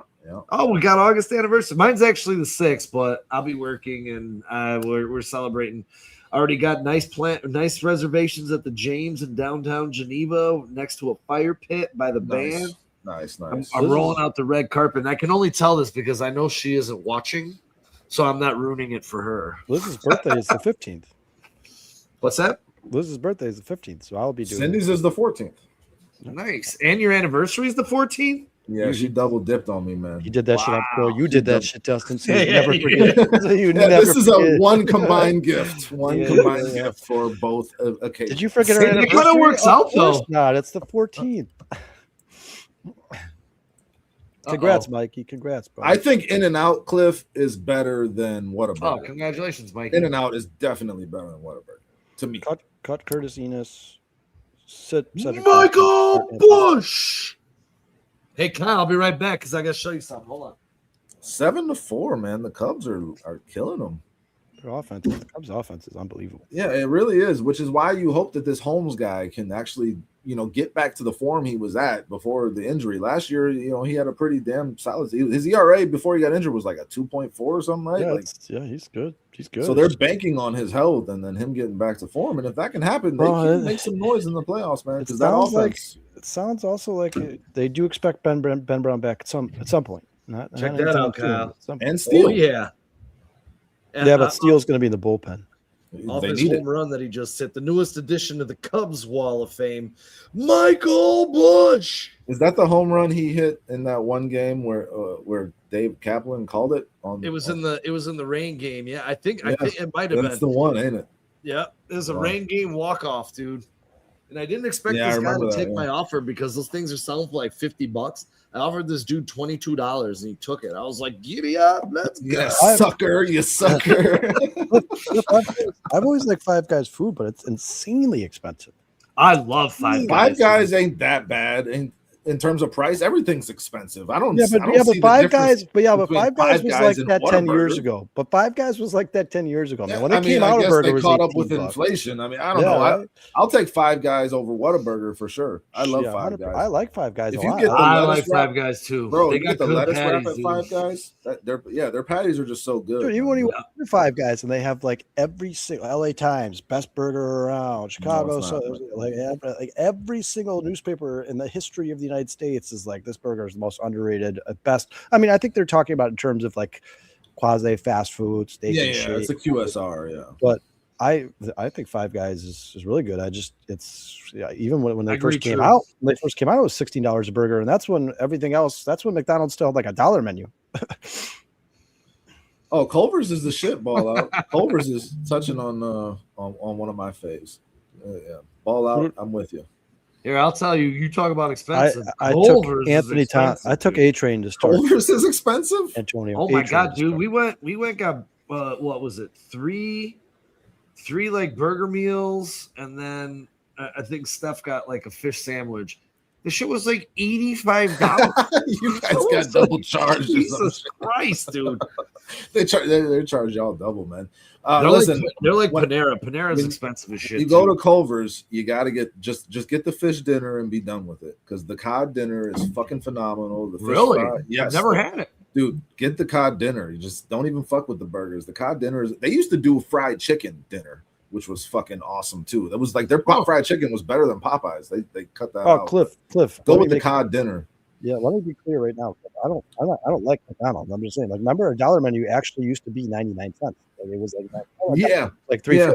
I'm like, well, bro, I used to go get a double cheeseburger from the value menu. You could get 2 double cheeseburgers from McDonald's for like $2. You can fill up your gas tank for fucking $14, and then you can go get a pack of Newports and like a big gulp for like $5. That I miss those times. Yeah, now you go to McDonald's and it's more than all that shit. Yes, it is. Hey, for one fucking meal. Yeah, Wendy's is the only fast food burger joint I go to. I don't go to McDonald's. I don't go to Burger King. I don't go to any of these other places. I guess Culver's is fast food. You guys know that Portillo's and Burger King use the same exact beef? Hold on, same exact beef? Portillo's and Burger King use the same exact beef. You know? Portillo's is falling off, dude. It's all about bone of beef. The Portillo's burgers suck, dude. Yeah, they char the shit out of those things. Now, period. They're disgusting, dude. Yeah, they char them. You gotta like the char if you're gonna go to Portillo's. I'm a Bona guy, bona fide Bona guy now. You know, I have not gone to Bona beef. They're popping up everywhere. I have not tried it. I mean, they've started popping up after I like stopped eating. I've stopped eating fast food altogether over the last 2 years. But like, really, altogether, I don't fuck with it at all. You don't cheat at all, like every once in a while. Like once in a blue moon, yeah. Like I'll do that Culver's thing, the fish dinner or something like that. Yeah. But like I really don't know. If I go to Wendy's, if my wife goes to Wendy's and like I'll get the junior bacon cheeseburgers I'll just take the bun. We'll get rid of the buns. Damn but right, Mikey. Sean loves a good Bono.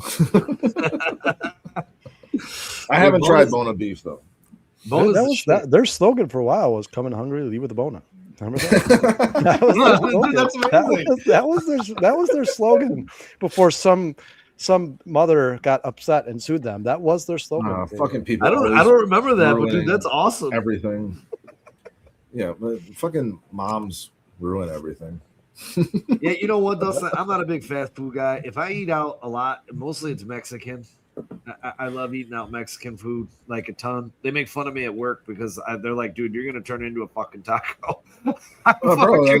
Mexican food, my wife just makes it at home, so I eat that. It's just not all the processed shit. But like, yeah, no, Mexican food is the best.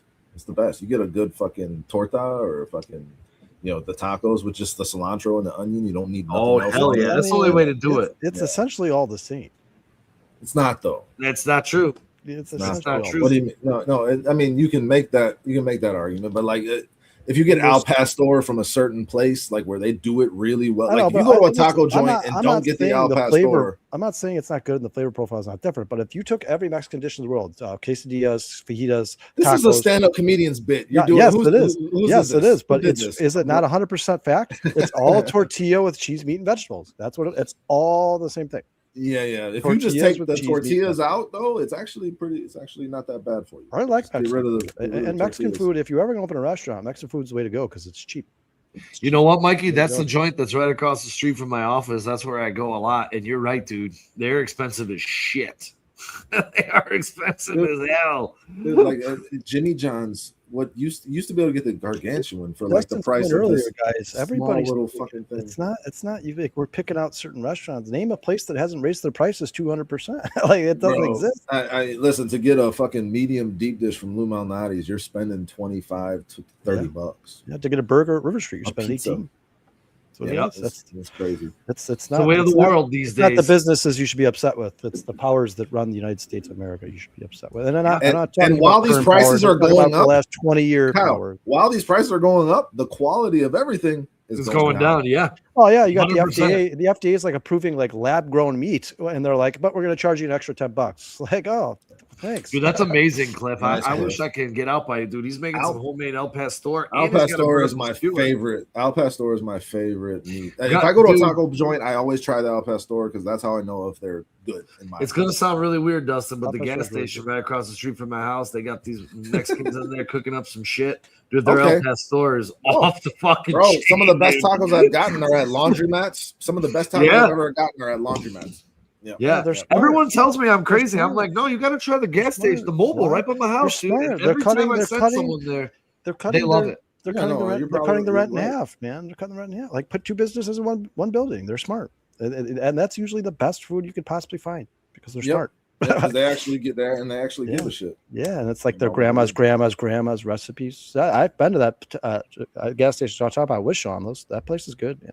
They do a good job, and they're like super friendly in there. Like, Which one? hey, that place That's by the your way you house. gotta go now if you're gonna Which go one- out to which eat. place? Go support. You and I went to the Yeah. the gas station with a Mexican restaurant in it. You and I oh went there yeah, together. I love It's that. I good. love that. Be- I birria went is there last good. night. I didn't Yeah. want to cook, so I went and got a burrito. Nice. And Cliff, I love to cook too, man. I cook a ton, and it's probably my hobby, I guess. Because Cliff, I where's just your made- son's? Where's your son's steakhouse, man? what's that? Where's your son's steakhouse, Cliff? I think Cliff. I think Cliff. Yeah, where is your son's steakhouse? Before I put my foot. Well, down. Cliff's in Florida. Yeah, Cliff's not. I know he doesn't live in state. I just if I don't know if maybe your son's still Birria here. is fucking awesome for sure. Birria is my jam, Mikey. That's what I like. But yeah. I do fuck with the consomme. I'll dip it right in there. I was gonna say the consomme does have to be good, and Yeah. there's a place out here on 47. I can't remember the name of it, but I know where it is. Tacos Perez, maybe, or something like that. They're really Tacos Jerez. Their birria is so damn good, dude. I discovered them they were a food truck at one of these festivals. They're like, oh, we're right on Huntley, and my wife and I go there all the time because their birria tacos are insane. All right, guys. Pork This has chop- been fun. This is fun. What are you guys watching? I asked that earlier, but I'm serious. Like, what are you guys watching? I don't know if you have time. Just the Cubs? Like, you're watching the show? No, but nothing right now, Dustin. I've actually been watching replays of Diners, Drive-ins, and Dives. But you know what's coming out, guys? Is coming out is the next season of Reacher, and I think that's like what tomorrow? Is it Nice. tomorrow? Dustin, I'll tell you what I'm about to start watching because it just debuted yesterday, and that's the new season of Lioness because it looks Lioness is amazing. Dude. Lioness. I mean, Taylor Sheridan is the shit. So Taylor Sheridan has The Mayor of Kingstown coming out. Lioness just came out. Dutton Ranch and right now. Landman's gonna come out. And Dutton Ranch right now. I mean, I know he's not really doing that one, but like still, like Is he not doing Dutton Ranch? No, well, he hasn't been. I don't know how much writing he did on it. I think he handed that off, but he's producing it. But like Dutton Ranch has been solid too. I watched Widow's Bay on Apple. And like it just. So I was watching something and it just like came on. I watched like, the first episode of Widow's Dude, Bay, and it was so fucking good. I could not stop watching it. I Fallout love says it. you Widow's guys- Bay? Fallout has watched Silo. Widow's Bay, yeah, it's like supernatural horror mixed with like comedy. I love that shit, like Ash versus Evil Dead style. Like, and, it was a little weird to me. And the person who told me to watch it, I've heard a lot about Silo. I told the person that told me to watch Rose Bay, I'm like, it's a little strange, but they're like, dude, you got to get past episode 1. Yes, you do. It's slow going, but it gets so fucking good. And I didn't mind, funny, dude. I didn't mind Supernatural. It obviously got very repetitive in season. I wasn't saying like the movie. I never watched Supernatural. I was more just saying like Supernatural was entertaining. Yeah, it was like X-Files, but. I just remember that being on at 2:00 in the afternoon every fucking day on TBS. That's all I remember. Well, people who are Supernatural fans are like religious, like they have all the tattoos of the Super. And I'm like, no thanks. I did tell somebody to watch True Detective season 1, and I know that's an old show, but he watched it. So he's like, dude, that's one of the best pieces of film I've ever seen in my life, dude. I'm like, I told you. Isn't there a new season coming out? Well, season 4, yeah, there's a new season coming out. I forgot who's in it. I forgot who the main actor is, but this one's actually written by Matthew McConaughey and Woody Harrelson. Yeah. A new season coming out is written by those two again. Yeah. Oh, they needed something because that last season, True Detective was so ass. Dude, I'll tell you, man. The second season of True Detective was so much better than people give it credit for. Colin Farrell was on fire. Oh, dude, the one with the what's the black actor's name? What's that guy's name? That season. Yeah. That one's good too. That one's underrated too, man. It's not the guy from the Green Book, Mahershala Ali. Yeah, that guy's awesome, dude. That it was okay. Yeah. Stephen Dorff was okay. No, I thought the one with Vince Vaughn and Colin Farrell was fucking. Hey, awesome. Kyle, check this out. Kyle Tucker, take that, bitch. Hell yeah. No, Kyle sucker. Landman is so good, man. Landman is so fucking good. Landman is my favorite show on TV right now. Mayor of Kingstown is really close, and I'm really upset that this is the last season. I still haven't gotten into that. Oh, dude, Mayor of Kingstown is so good. Check it out. You know what? New season of Mobland is coming out. Mobland, yeah, but you heard Tom Hardy got into it, and now this is his last season. He quit the show.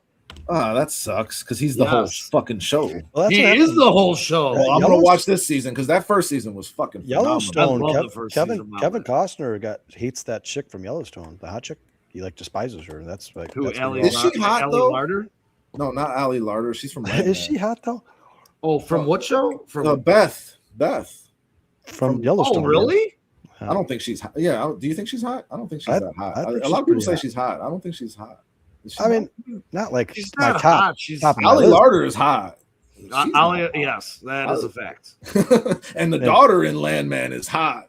Beth from Yellowstone is not hot. The people in the chat are like, "This is going." You want to know what's funny? Crazy. Beth is hot because of the character in which she plays. The attitude that she has in the show is attractive. And sure. But she's not hot. She's in good shape. Of course, yeah. Hi. Yes. People in the chat are like, well, now we know what you guys are talking about. My daughter's standing here staring at me. Yeah, but you'll deal with them being annoying. True, it's just you would deal with it. You know what? I hear that from a lot of people. I don't really find them that annoying. Dude, that might be the longest home run ever hit at Wrigley Field. The wife just reminds me of. That might be the longest home run ever hit at Wrigley Field. No, Glenn Allen Hill's home run is the longest home run ever. Watch this. Watch this. Fuck you, Teoscar Hernandez. Fuck off. I mean, it's been fun. Dude, guys. Look at this. Glenn Allen Hill's home run landed on the building across the street on a This flat. one may have, dude. Look at it. No, it didn't. It came down. Did you guys see Masters of the Universe? No, but I want to. It's fucking fun. It's cool to watch. It's actually, you know what I just watched this weekend? I watched the newest Mortal Kombat. Jack Ryan. The one with Jim Krasinski. Yeah, the movie that they just made on Amazon. Yeah. I actually really, and they're gonna make a sequel to it, from what I'm hearing. Show was decent. Yeah, I wish they would have kept the series going, to be honest. Cliff says I would do Beth.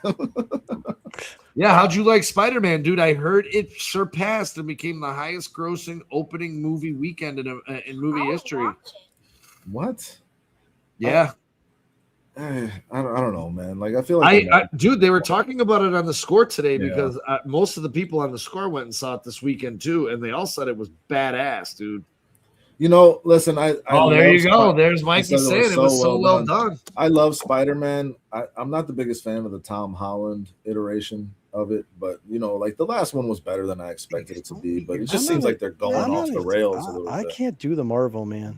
It's getting too much for sure. The Marvel thing is becoming it's become too much. And I like the comics. And I love those movies. Yeah, I like the cartoons, but I started watching the movies and I'm like, all right, come on, man. Especially but you remember, guys, the first impression they gave you from Marvel when they were like, we're gonna do live action movies was Daredevil with Colin Farrell and Ben Affleck and Spider-Man with Tobey Maguire. I'm like, this is dog shit. And then all of a sudden it blew up.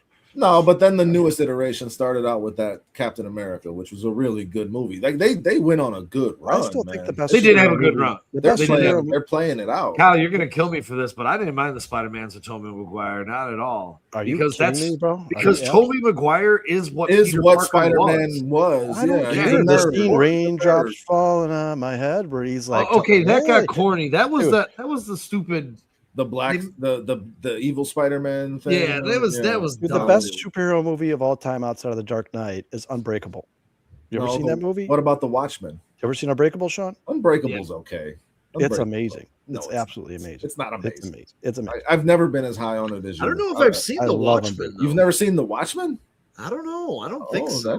That's worth a fucking watch. Billy Crudup. Why am I blanking on the guy's name from all the Conjuring movies? He's awesome. Yeah, thank you, Cliff. Thank you. I agree, bro. Yeah, I don't need every character that was once white to become black or Mexican or Asian. I don't need every man that was once a superhero. Yeah, that's true. Ball out. You're right. Yeah, I don't need any of that shit. First, it was like, dude, make new superheroes. Like, just make new ones and make them whatever you want. Like, why do we have to insist on? Who was the dude who played Spider-Man after Tobey Maguire? I like those better than Tobey Maguire. Andrew Garfield. There you go. Yeah, he was. Those were badass, and I wish they would have made a third one. They kept that. They had more of a comic book feel to them, for sure. Yes, they did. Yeah, it's just like all the messaging that Disney puts in all their movies now. It's like, guys, just listen.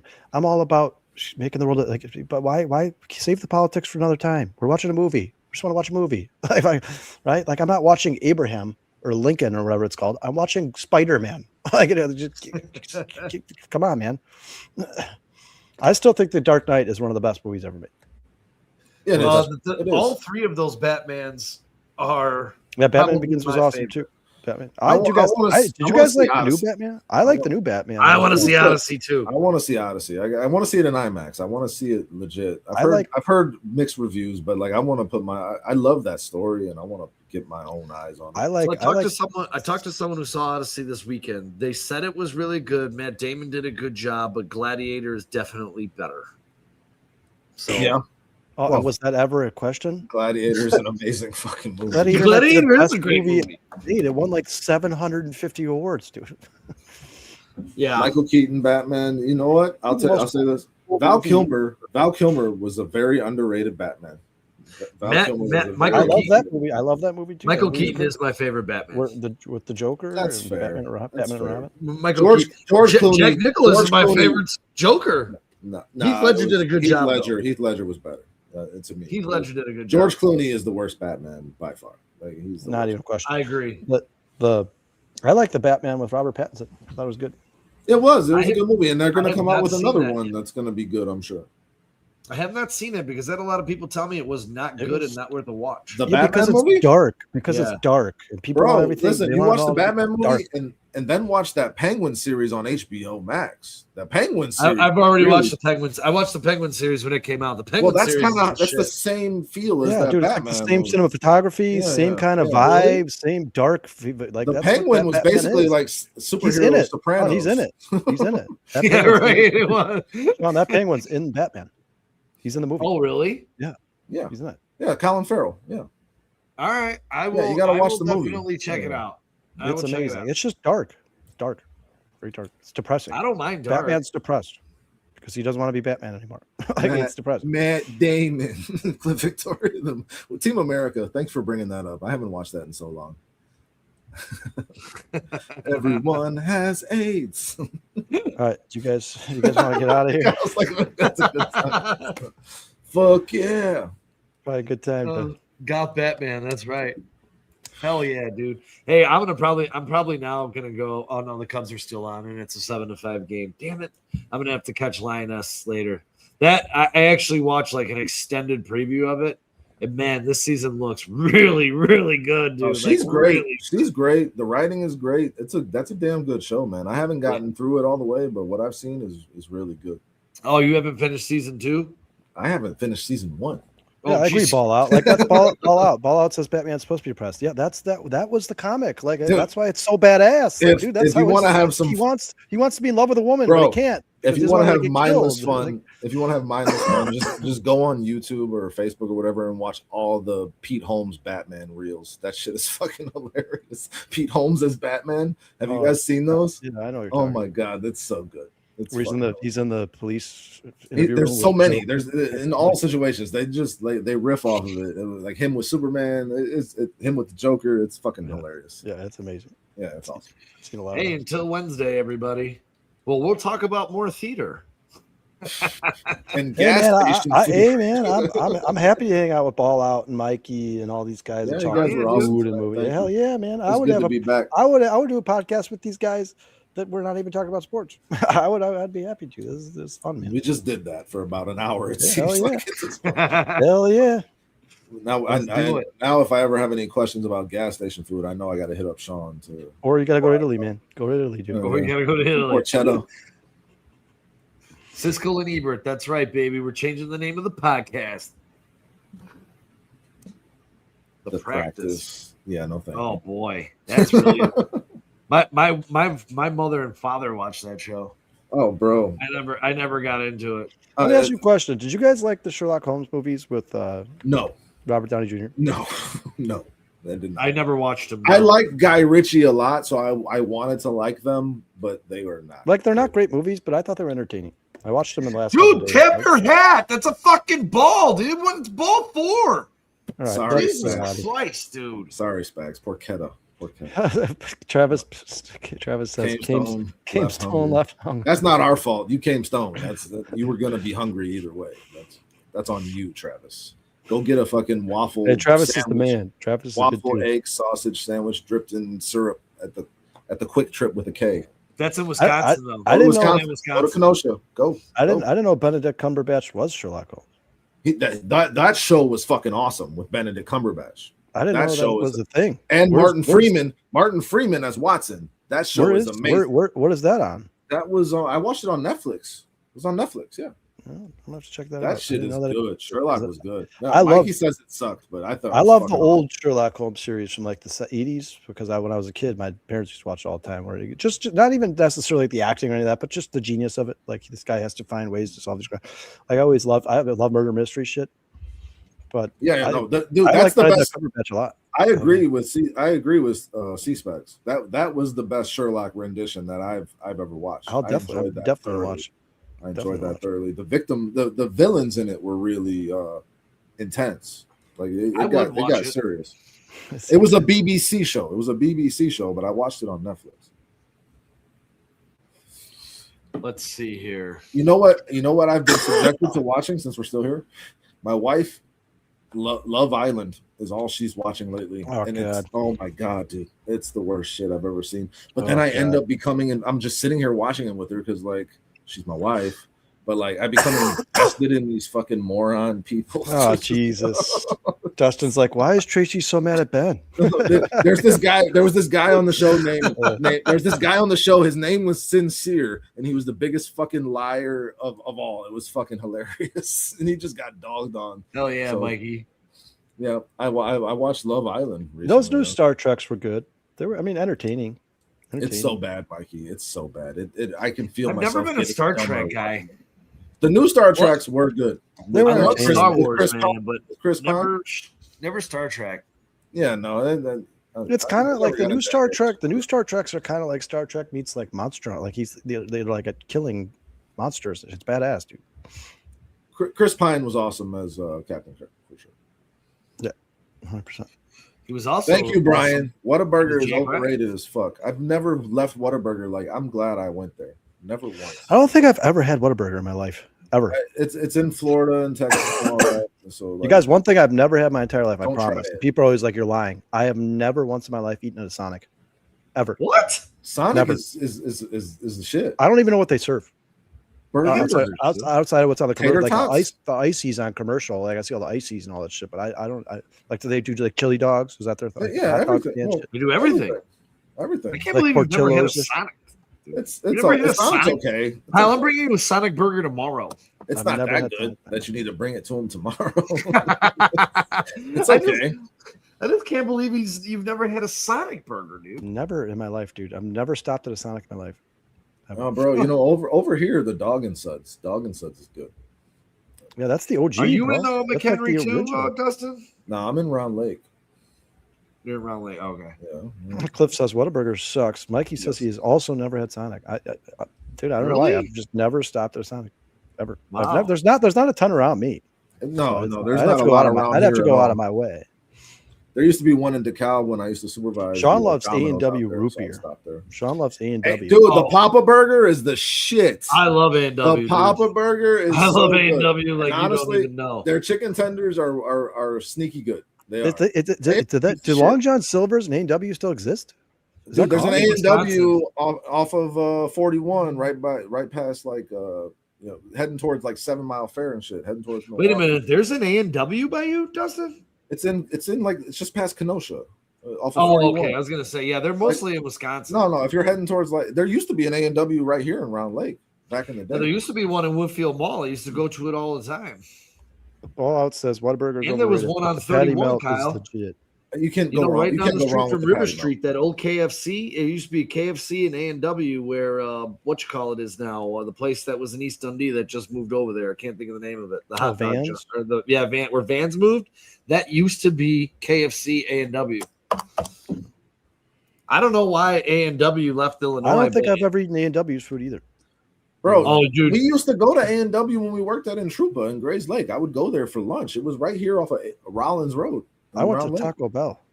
Well, Taco Bell's like was a hop, Yeah. skip, and a I used jump. to You go just to- literally. I used to across the love lawn. Taco Bell, man. Before I found out it's like human meat. I used to love Taco Bell, man. So Love that shit. Yeah, Taco Bell is it is delicious when you're fucking drunk. I don't know, a lot of those off-brand fast food. I've never, for some reason, I've Whataburger. I've never had. I've never had Sonic for sure. I've definitely never had Sonic. I think I had Long John Silver's like twice in my life. Oh, dude, I can't I tell don't know you. that I've ever had Long John Silver. I can't It's tell you- disgusting. The hush It's puppies, not good. Hush puppies, and like my mom loved Long John not Silver's good. when I was a kid. There was one my- in Zion where I grew up. It was fucking disgusting. My dad loved White Castle. It's fast like- food fish. edible. It's not edible. Oh, Like, dude, my dad White loved- Castle- White Castle is the shit. It's You guys are disgusting. crazy. It's Here, I'll tell you disgusting. this. We used to go Castle to is White the Castle in my 20s at 2:30 in the morning when Hell we yeah. were hammered. Hell yeah. Get a 20 stack and get the fucking Fuck yeah, It's a great- dude. mozzarella sticks. My some dad, onion rings. my dad could eat that whole crave case by himself. dude. Bro, I'm it's not so. kidding. Listen, my mom. That's one thing my mom loved when I was a kid that I still like crave randomly. It's the onions, man. It's the onions on the burger that I don't mind White Castle at all, Yeah, dude. okay, thank you, Sean. A lot of people I dog don't like mind White Castle at all, dude. It's good. It's good. Yeah, that's what I'm talking about, Cliff. Hell yeah, dude. Everyone was drunk. You got that right. Yeah, Mike- and Mikey you could says the slam same like thing. 8 of those burgers easy Yep. before you even felt one in your stomach. Yeah. It was either White Castle or we would go to Denny's for Moons Over Miami. Moons over my hammy. Yep. That dude. I used to like Steak and Shake before they became dog shit. And they used Dude, to be steak and shake used to fuck my stomach up, dude. Yeah, I've never liked steak. very and shake. greasy. Steak and Never Shake is liked very Yeah, greasy. it would destroy Very my good. stomach. I'll still fuck with Cracker Barrel though. You want a good experience? Ooh, Cracker Barrel. Just go to Dude, Cracker those Barrel. cheesy potatoes. Oh my God. Ooh. Yeah, but Cracker Barrel's like a restaurant. It's not Yeah, no, but Yeah. I'm just saying, like, but you will spend less. Sean will spend more at Culver's than he will at Cracker Barrel. Oh, 100%. Yes, and Cracker Barrel's Barrel's good, dude. prices and every.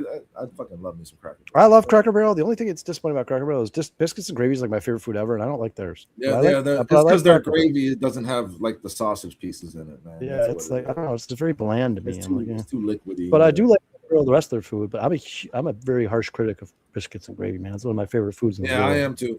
I am too. I've The never best had biscuit. Cracker Barrel pancakes. You telling me, ball out? I need to Everybody try Cracker Barrel fucking loves pancakes? Cracker Barrel What's pancakes. I don't fuck with pancakes at all. I've never liked pancakes, but Huh. they're amazing apparently. All right, I'm gonna try this. I'm gonna try this Dude, next take time the we're in family to Wisconsin. Cracker Barrel when you go out to. You'll spend like $70, and everyone will leave full as fuck. Yeah, It's dude. amazing. I don't remember Burger Chef True Program, but I do remember not Hardee's. What was the spinoff of Hardee's? They owned something else. God damn it! I You used know what I'm to have- talking about? Yeah, I had this shit when I would go down to Western Illinois. Yeah, they had a spinoff. It was yeah. Hardee's. They had another brand, like a sister company. I remember that one. What- Oh yeah. It was okay. It was okay. What the fuck was it? I forgot. I Carl? remember- No, it wasn't Carl's Jr. No, what was it? Carl's Was it? Jr. is really good too, by the way. Are you sure it wasn't Carl's Jr.? It might. It is Carl's they Jr. all- I just googled Yeah, it. what? Because Okay. they had the same logo. They had Yeah. the same logo. Okay. Was Big Boy ever like a national chain, or wasn't that like only in Wisconsin or something? That I don't know. Big Boy Well, was in Michigan. Michigan Was it is where- Michigan? Well, I know that Big Boy is. That's where the Austin Powers, Big Boy. The I spaceship. had Big Boy when I was in Michigan. Actually, it's Carl's Cliff, Jr. if you open a restaurant, I'm all in. You graduated from Western, bro. I used to go to Western. My buddy John Meckler went to school there, and we would just party so fucking hard. Phil, You can get dog, into the and Phil. bar at any age, like, and you just walk down the frat lane and walk into any party. I had a lot of fun, tailgating. I love going down to Western. Dog and Suds was the shit. They've started to close a lot of locations, but when they first like that one in Grays Lake where I grew up, It's has still been there good. for like 50, like 70. There's one in Fox Lake too. Yeah, Dude, did anyone ever eat a Checkers, dude? No Checkers, people. There used to be a Checkers in Zion. Their French fries were the shit. Their Yeah. French fries were the shit. I don't know if I've ever seen Checkers. There's a Checkers in Waukegan still. There's a Checkers. There used to be one off of Barrington and Irving that I used to go to a lot. Yeah, the and they parties there were closed it so down. good. Yeah. And Superdog, I mean, everyone's talking about these dog joints. I mean, Superdog is where I went. I was never a Gene and Jude's guy. My wife is Gene and Jude's. There's a really Oh, famous burger no. place by what I still call Miller Park in Milwaukee. I forgot the name of it, but it's very famous in Wisconsin. It's very well known. They do ice cream and burgers, and it was amazing. I have to What's check it it called? out. What's it called? I have to look it up. You can't just say it and not have the name, man. Dude, it's You're been providing like, nothing to this I went there like conversation. 18 years ago, bro. It was like 18 years ago. I'm not kidding, but it was amazing. Gentlemen, It might be gone. this has been amazing. We should do Yeah. this more often. We should do this. We got Breggy up, but the bases loaded and one out. Yeah, but 0-2 Good luck. count. Yeah. Well, Shocker. Oh, it's Tanner Scott. And he Definitely struck- not as good against righties. all right. I got the family coming home. The baby's gonna need to go to sleep. I'm in her Yeah, room. absolutely. Hey, man, this was a blast. Until Yeah. Wednesday, we'll have more training camp reports. Hopefully, we're talking about good things and no more injuries. Until then, bear down. Thank you, everybody guys. in this chat. The chat, you guys were awesome, dude. This Yeah, is this so was fun like shooting this shit is with like you all guys. of us hanging out at the bar, just reminiscing. Yeah. This is fun, man. Everybody's gonna leave here hungry and go eat Phil. at fucking 10 o'clock at night. I'm gonna go. I didn't eat my fruit bowl for lunch. I'm gonna go eat it right now. Yeah, if you're gonna eat anything, eat some fruit. That's a good idea. Absolutely. Hey, All right, bear man. down, everybody. Thank everybody. True, Relentless Mikey, Phil, C-Spec C-Spags. C-Spec says, We where we gave going? you Where guys we all going? kinds of ideas of places. C-Spec to says, eat. where are we going to eat, guys? Where are we meeting? Hey, Cliff, man, thanks for joining us. You open that restaurant, you let us know. We're gonna plan a trip. We're gonna come eat there for Yeah, sure. I will try your Wagyu burgers for Yep. sure. Next time I'm in Florida, I'm gonna check out your son's restaurant. We get out there quite often. So, grand slam! No, Oh, barely foul. Barely foul. And on that note, All right, boys. on that note, peace and love, everybody. Yeah, Bear appreciate you guys. down.